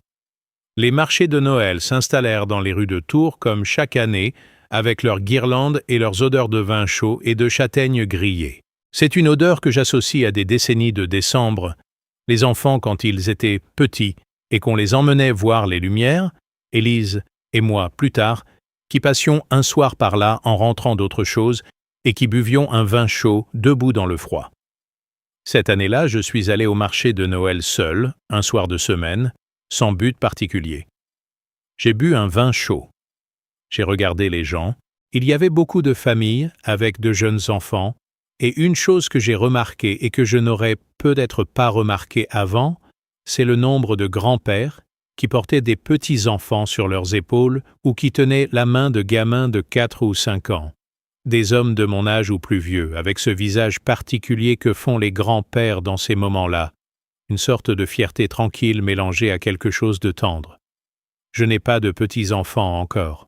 Claire et Guillaume venaient de se marier. Thomas n'était pas en couple. Ces grands-pères que je regardais dans le marché de Noël portaient quelque chose que je n'avais pas encore, et je n'y pensais pas comme à un manque exactement, mais comme à quelque chose qui est devant soi plutôt que derrière. C'est une différence qui compte entre ce qui est derrière et ce qui est devant. Ça change complètement le rapport à l'attente. Ce que je n'avais pas prévu dans les semaines qui suivirent le mariage de Claire, c'est que quelque chose d'autre allait se produire. Quelque chose que je n'avais pas organisé ni même envisagé, qui allait émerger de nulle part et qui allait changer une chose que je croyais avoir définitivement classée dans la catégorie des regrets irréparables. Ça a commencé par un coup de téléphone inattendu. Je vais m'arrêter ici un moment parce que la suite de ce que je vais vous raconter mérite qu'on soit bien installés ensemble avant que je commence. Vous êtes encore là, vous avez suivi cette histoire depuis le début, et je veux vous demander quelque chose avant de continuer. Dans les commentaires, dites-moi d'où vous regardez, mais aussi, cette fois, dites-moi ce que vous retenez de ce que vous avez entendu jusqu'ici. Une phrase, une image, quelque chose qui a fait une différence dans la façon dont vous pensiez à quelque chose. Je lis tous les commentaires et je réponds à ceux que je peux. Laissez un like si vous êtes encore là. Abonnez-vous si ce n'est pas encore fait. Et restez avec moi parce que ce qui vient maintenant est peut-être la partie de cette histoire que j'avais le moins vu venir moi-même. Le coup de téléphone est arrivé un mardi matin de décembre, 2 mois après le mariage. Je finissais mon café sur le balcon. Il faisait froid, une brume légère restait sur les toits. Le genre de matin de décembre en Touraine qui ne promet pas grand-chose météorologiquement, mais qui a quand même une qualité particulière dans la lumière, quelque chose de propre et de net. Le numéro sur mon téléphone était un numéro parisien que je ne connaissais pas. J'ai décroché. Une voix que j'ai mis 2 secondes à reconnaître a dit « Monsieur Lefebvre ». C'est Sébastien Marchand. « Le père de Guillaume. Excusez-moi de vous appeler sans prévenir. J'espère que ce n'est pas un mauvais moment. » J'ai dit que non, ce n'était pas un mauvais moment. Il a dit « Je vous appelle parce qu'Isabelle et moi allons à Tours la semaine prochaine pour voir les enfants. Et je me demandais si vous seriez disponible un moment. Pas pour un grand déjeuner, rien de formel. Un café si vous le souhaitez. » J'avais demandé pourquoi, pas agressivement, juste la question naturelle. Il avait dit « Parce que je pense qu'on a eu une conversation inachevée le jour du mariage et que les conversations inachevées me pèsent. » C'était une raison franche. Je lui avais dit que oui, je serais disponible. Nous nous sommes retrouvés le vendredi de la semaine suivante dans un salon de thé de la rue Nationale que je ne connaissais pas mais qu'Isabelle Marchand avait choisi et qui s'est révélé être un endroit calme et bien éclairé. Le genre de lieu où on peut parler sans avoir à hausser la voix et sans être regardé. Isabelle était là aussi, et il y avait dans sa présence quelque chose de délibéré, pas pour surveiller la conversation, mais pour y participer pleinement. Sébastien Marchand avait commandé un thé, Isabelle un café. Moi, pareil. Et pendant quelques minutes, on a parlé de choses ordinaires, le voyage, les enfants, Tours en décembre. Cette façon qu'ont les gens polis de créer une transition progressive avant le vrai sujet. Puis Sébastien a dit « Je veux vous expliquer quelque chose sur moi que Guillaume ne vous a probablement pas dit. » J'ai attendu. Il a dit « Mon propre père était ouvrier. Il travaillait dans une imprimerie à Vitry-sur-Seine. Quand j'ai épousé Isabelle, dont la famille avait des moyens que la mienne n'avait pas, il y a eu des moments où j'ai senti que ma présence posait un problème à certaines personnes. Pas à Isabelle, pas à ses parents, qui étaient des gens bien, mais dans les dynamiques sociales autour du mariage, les familles élargies, les amis. Il y a eu un événement en particulier, une réception, où mon père s'est retrouvé dans une situation qui ressemblait à ce que vous avez vécu le jour du mariage de Guillaume et Claire. Il a dit ça calmement, avec la voix de quelqu'un qui a pensé à ce qu'il allait dire avant de le dire. Il a continué. « Ce que vous avez vécu ce matin-là, je le connais, pas de l'extérieur, de l'intérieur, et je n'aurais jamais permis que ça se reproduise si j'avais su. C'est ce que je voulais vous dire. » Et Isabelle a ajouté « Sébastien en parle peu, mais ce souvenir avec son père l'a marqué profondément. Ce qui s'est passé dans cette église, pour lui, c'était personnel. Sébastien a dit « Mon père est mort 7 ans après ce mariage, et je n'ai jamais eu avec lui la conversation que j'aurais voulu avoir sur ce moment-là. Alors j'espère que vous aurez les conversations nécessaires avec Thomas pendant qu'il en est encore temps. » J'ai regardé cet homme élégant, aux cheveux argentés, qui avait marché à ma place dans l'église Saint-Martin et qui était assis en face de moi maintenant à me parler de son propre père ouvrier dans une imprimerie de Vitry-sur-Seine. La façon dont les gens portent des histoires que vous n'auriez jamais devinées en les regardant. Nous avons parlé 2 heures. 2 heures qui ont recouvert des décennies de choses non dites et de suppositions réciproques. Isabelle nous a écoutés avec cette attention bienveillante de quelqu'un qui est à l'aise avec les conversations importantes et qui sait quand parler et quand laisser la parole aux autres. En partant, Sébastien m'a serré la main. Pas la poignée de main de politesse. Quelque chose de plus substantiel. Il a dit « Joyeux Noël, Bernard ». C'était la première fois qu'il utilisait mon prénom. J'ai dit « Joyeux Noël, Sébastien ». Dans la rue nationale en décembre, avec les lumières de Noël au-dessus, et la brume froide qui commençait à tomber sur la Touraine, j'ai marché jusqu'à ma voiture, et je me suis souvenu d'une chose qu'Élise disait parfois. Elle disait que les gens qui vous surprennent le plus sont rarement ceux que vous attendiez de voir vous surprendre. Elle avait raison là-dessus comme sur tellement d'autres choses. Le Noël de cette année-là, c'était le 3e sans Élise. Les 2 premiers avaient été difficiles d'une façon que je ne décrirai pas en détail parce que certaines expériences méritent d'être respectées par un certain silence. Mais ce 3e Noël avait quelque chose de différent dans son atmosphère. Claire et Guillaume étaient venus pour les 3 jours. Thomas aussi, et c'était la première fois depuis plusieurs années que Thomas passait Noël à Tours, plutôt que de donner une raison pour abréger la visite ou la reporter. Il avait dormi dans sa vieille chambre où rien n'avait vraiment changé, sauf l'accumulation naturelle du temps dans un endroit qu'on occupe plus régulièrement. Le matin du réveillon, pendant que Claire et Guillaume dormaient encore et que Thomas prenait son café dans la cuisine, j'avais préparé des choses pour le repas du soir. Je l'avais entendu se lever, j'avais entendu ses pas dans le couloir, ces mêmes pas que je connaissais depuis qu'il avait appris à marcher, légèrement plus lourds maintenant, mais reconnaissables dans leur rythme. Il était entré dans la cuisine et s'était assis à la table pendant que je préparais la viande pour le soir. On n'avait pas beaucoup parlé, juste ces échanges pratiques du matin. Le café est prêt, tu veux du pain, il fait froid ce matin. Mais c'était une conversation ordinaire entre un père et son fils dans une cuisine le matin du réveillon, et cette ordinarité-là avait quelque chose de précieux que j'avais appris à reconnaître depuis quelques mois. À un moment, Thomas avait dit « Tu cuisines plus qu'avant ». J'avais dit « Je suis retourné aux recettes de ta mère ». Il avait regardé le livre posé sur le comptoir, reconnu l'objet, et quelque chose avait traversé son visage brièvement que je n'avais pas cherché à nommer. Il avait dit « La blanquette de Noël, c'est la sienne ?» J'avais dit « Avec ses modifications dans les marges ». Il avait dit « Je me souviens qu'elle écrivait dans les marges des livres, dans tous les livres. » Ça rendait certains professeurs fous. J'avais souri. Elle disait qu'un livre sans annotation, c'est un livre qu'on n'a pas vraiment lu. Thomas avait souri aussi. Un sourire réel, pas du sourire social qu'il avait parfois. Quelque chose de plus jeune dans son visage pendant une seconde. Le sourire du fils plutôt que de l'homme en costume gris anthracite. Il avait dit « Je vais essayer de venir plus souvent cette année, à Tours. » J'avais dit « Ce serait bien. » Pas de grande déclaration, pas de promesse solennelle, juste une intention dite simplement, un matin de réveillon dans une cuisine qui sentait la viande et le thym et le café.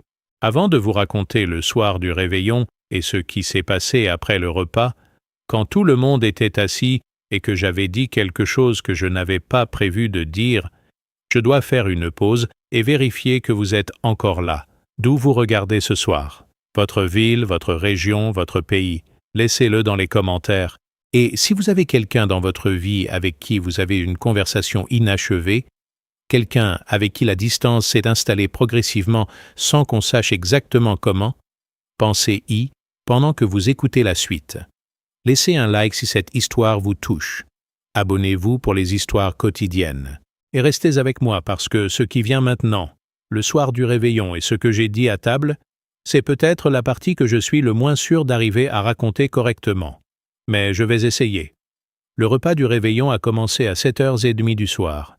La table de la salle à manger était dressée avec la nappe blanche qu'Élise sortait uniquement pour les grandes occasions et que j'avais retrouvée soigneusement pliée dans le placard de la chambre. Les verres à pied que ma belle-mère nous avait donnés à notre mariage.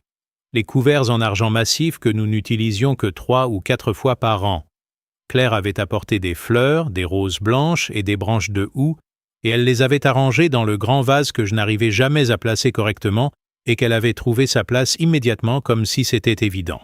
Guillaume avait apporté 2 bouteilles de vin, un Vouvray pour le début du repas et un Bourgueil pour la viande. Des choix que j'avais appréciés parce qu'il avait choisi des vins du Val-de-Loire, pas ceux qu'il connaissait lui-même de Paris, mais ceux de là où nous vivions, et ce détail-là m'avait touché sans que je l'aie exprimé. Nous avions mangé lentement, comme on mange quand on a du temps et des raisons de rester à table. La blanquette était bonne, je le savais en la goûtant. Pas identique à celle d'Élise, mais dans le même esprit. Thomas en avait repris 2 fois. Claire avait dit, les yeux légèrement brillants, que ça lui avait fait penser à des réveillons d'enfance.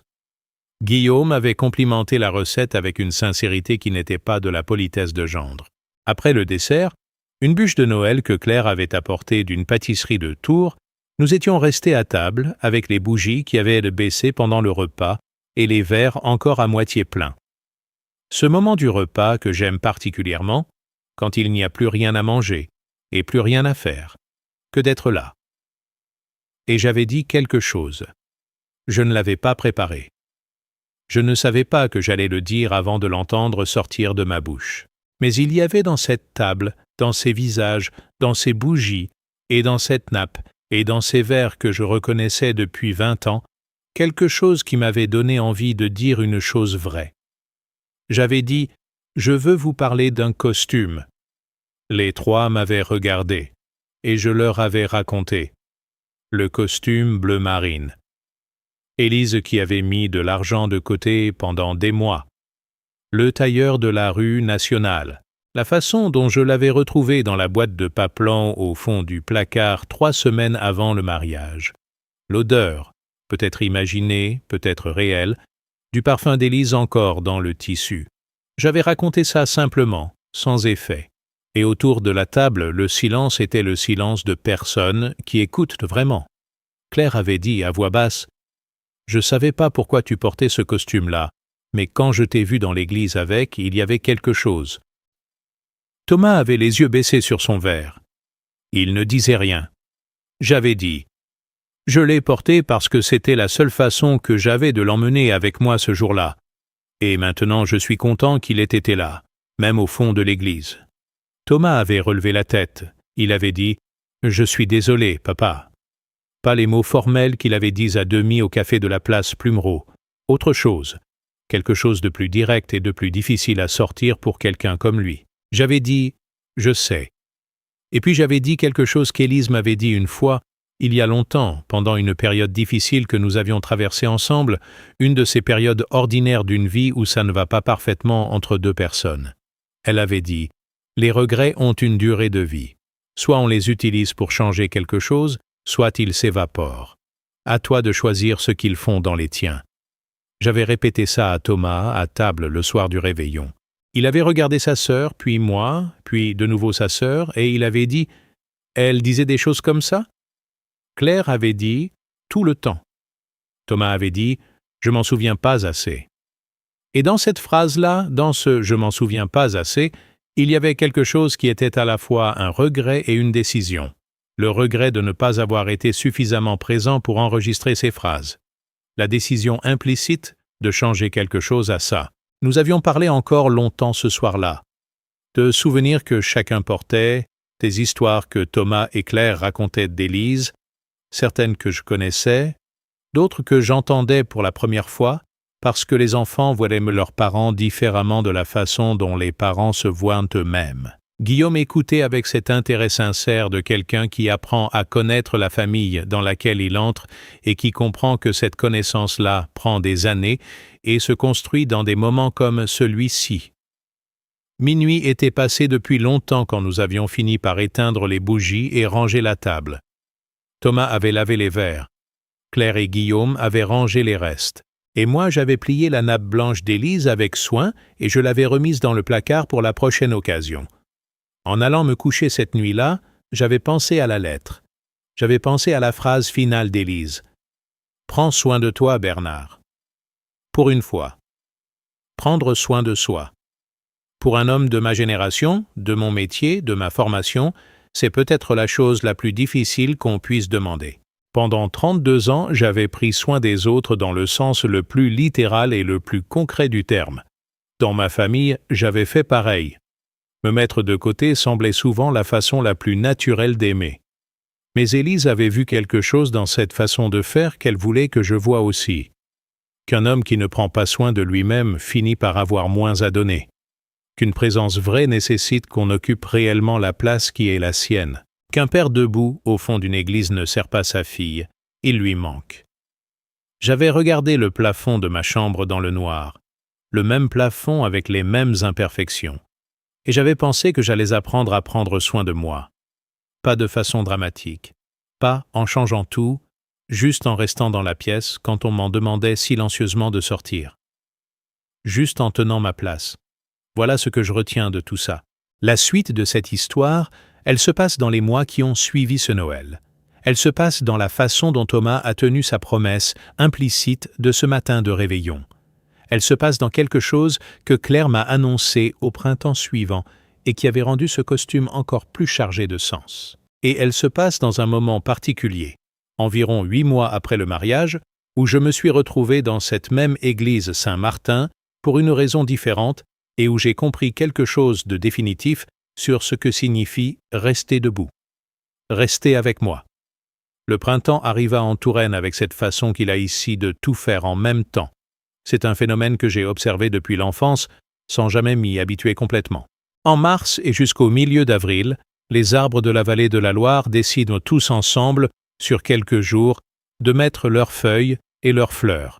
Les cerisiers des jardins, les marronniers des boulevards, les saules pleureurs au bord du Cher, les vignes dans les domaines autour de la ville qui commencent à montrer les premières pousses vert tendre sur les sarments.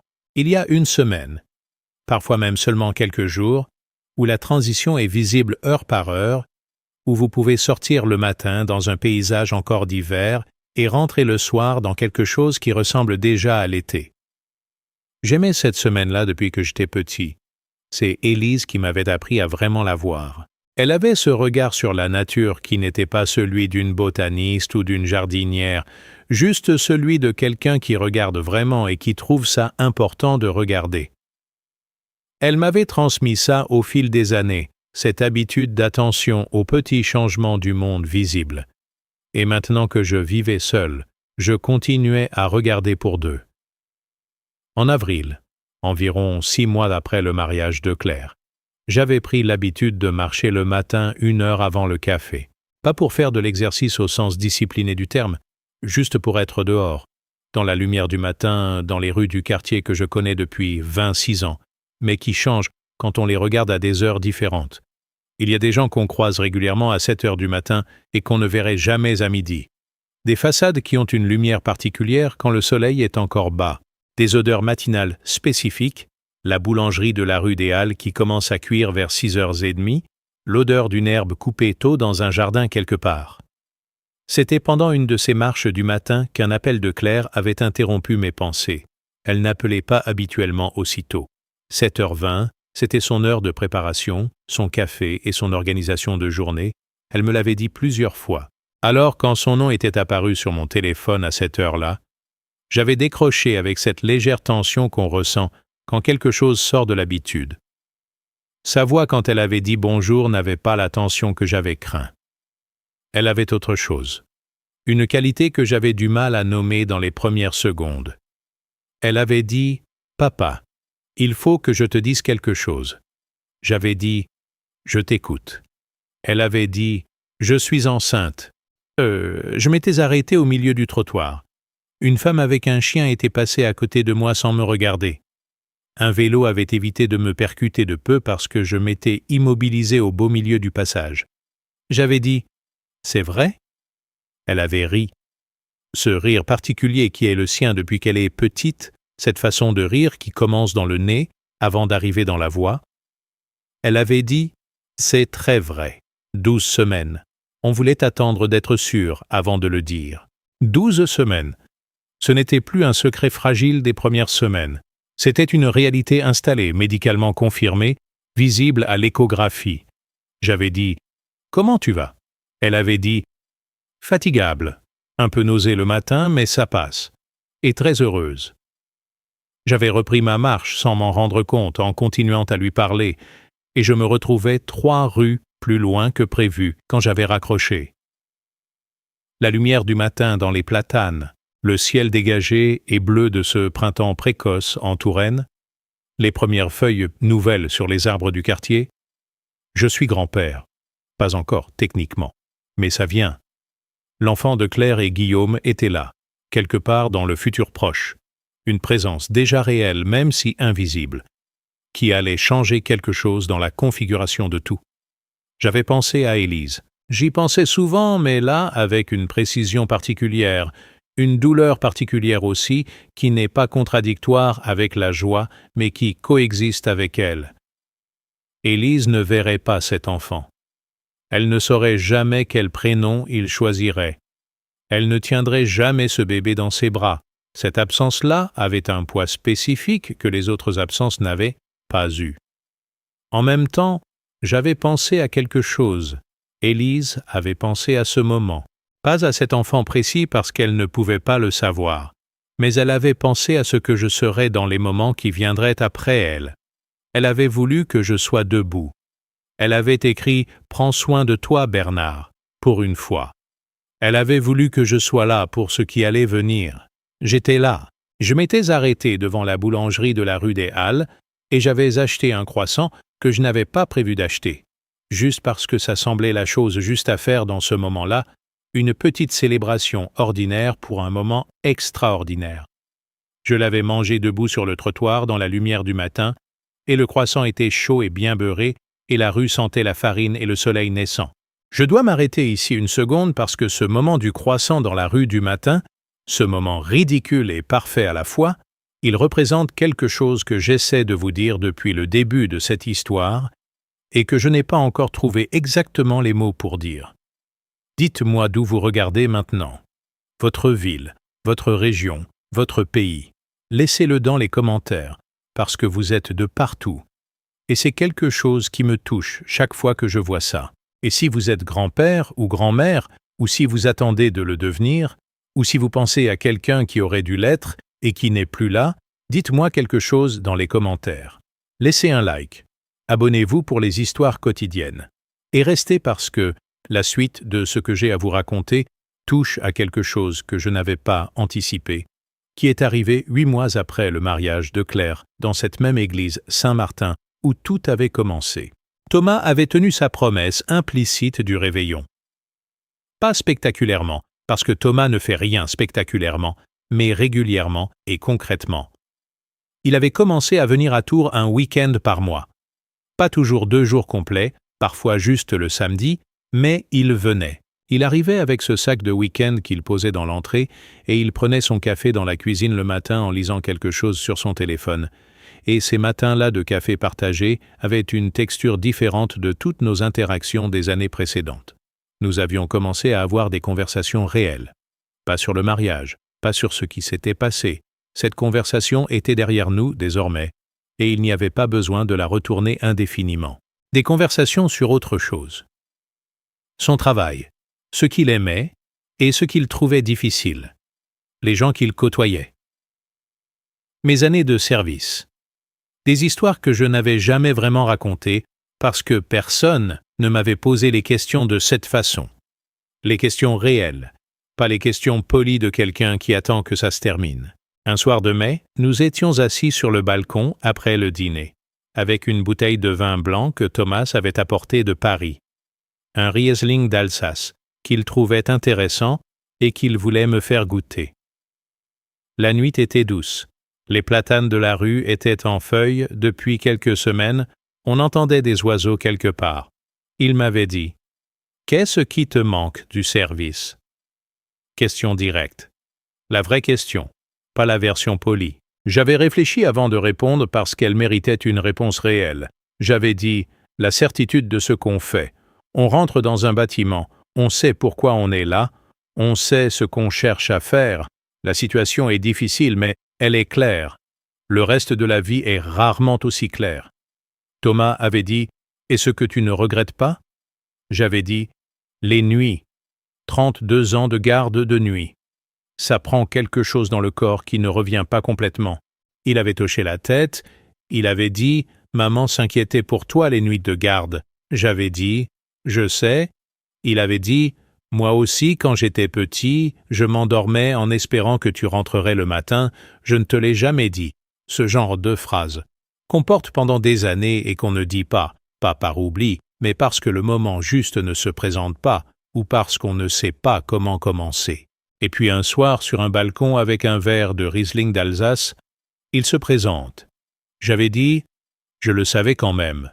Il avait dit « Comment ?» J'avais dit « Quand je rentrais le matin, tu faisais semblant de dormir, mais tu n'étais jamais vraiment endormi. Et quand tu entendais ma clé dans la porte, tu respirais différemment. » Thomas avait gardé le silence un moment. Puis il avait dit quelque chose que je n'oublierai pas facilement. Il avait dit « J'aurais voulu être différent avec toi depuis maman.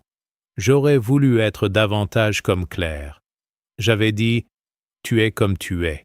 Ça m'a toujours suffi. » Ce n'était pas un mensonge de politesse. C'était vrai dans ce moment-là, avec ce Riesling dans la main et les platanes dans la nuit de mai et mon fils sur ce balcon qu'il n'avait peut-être pas assez fréquenté ces dernières années.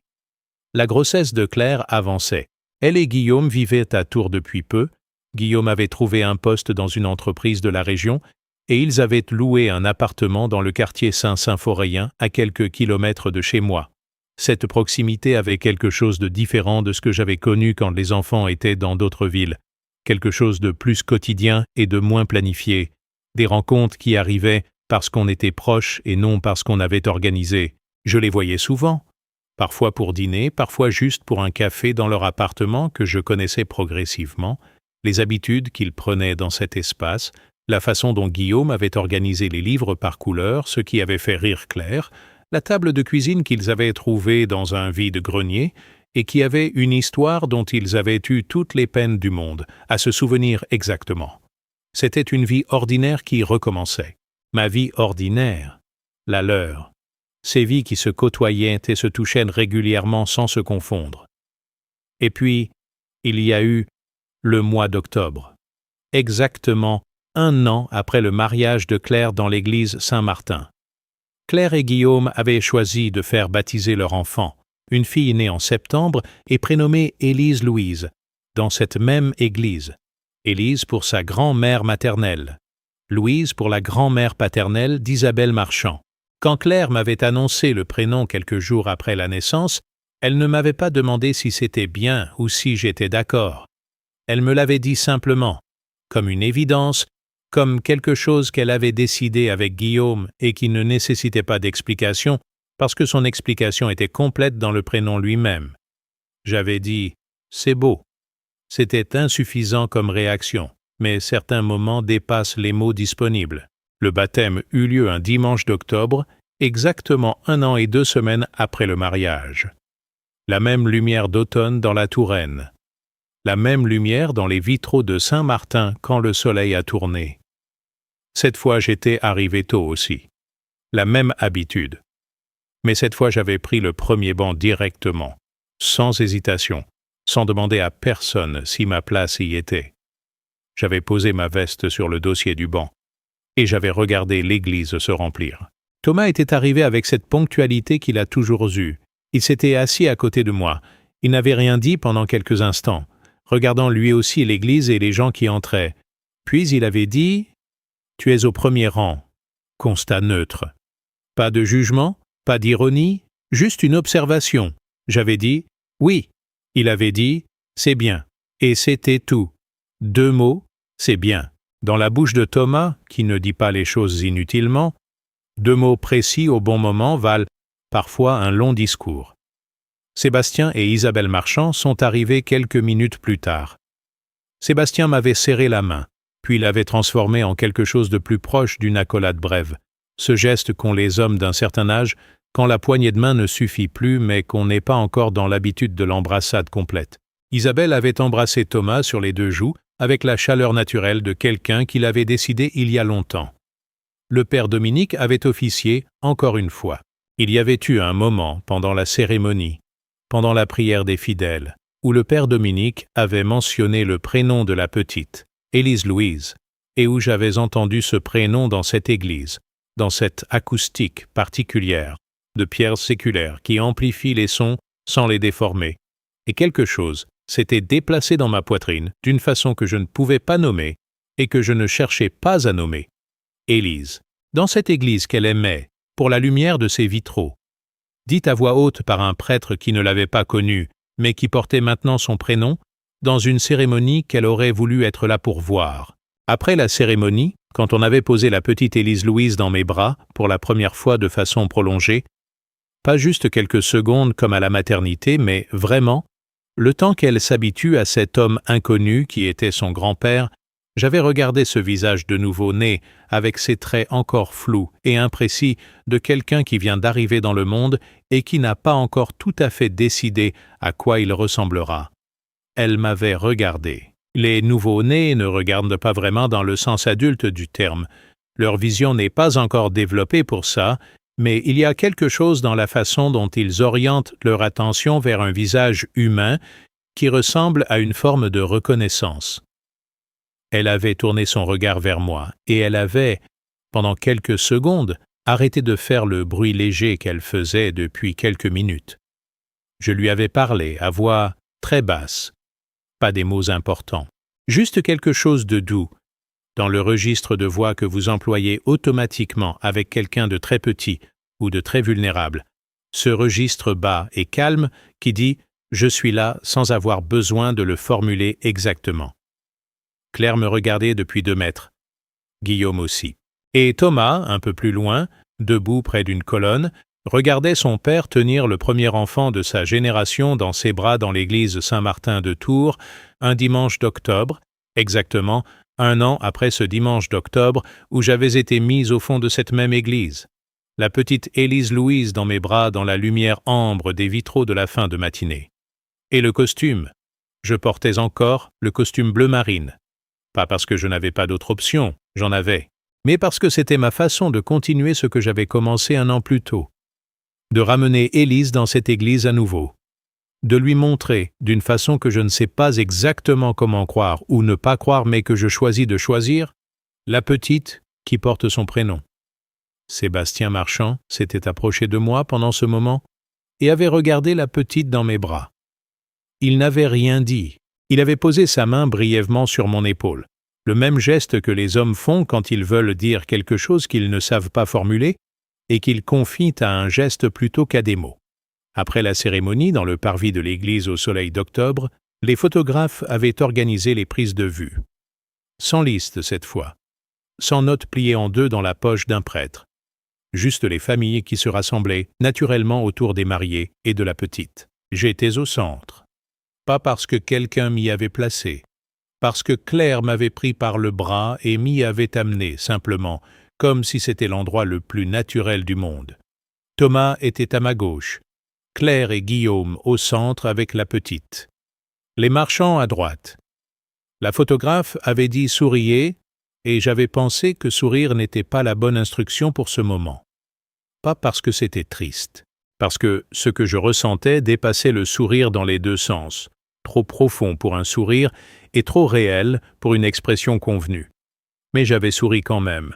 Et dans ce sourire, il y avait tout ce que je vous ai raconté depuis le début. Je vais vous demander une dernière chose avant de terminer cette partie de l'histoire. D'où vous regardez? Votre ville, votre région, votre pays? Laissez-le dans les commentaires. Et dites-moi ce que vous allez faire après avoir entendu tout ça. Pas une grande décision, pas un changement de vie. Juste une petite chose concrète. Un appel que vous remettiez à plus tard. Un café avec quelqu'un que vous n'avez pas vu depuis trop longtemps. Une chose vraie dite à quelqu'un qui mérite de l'entendre. Laissez-le dans les commentaires. Laissez un like si cette histoire a compté. Abonnez-vous pour les histoires quotidiennes. Et restez avec moi pour la dernière partie, parce que ce qui me reste à vous dire, c'est ce que j'ai compris de tout ça. Ce que je dirai à la petite Élise Louise quand elle sera en âge d'entendre, et ce que j'aurai à dire à un père qui aujourd'hui se trouve au fond d'une église quelque part en se demandant si sa place y est. Restez avec moi.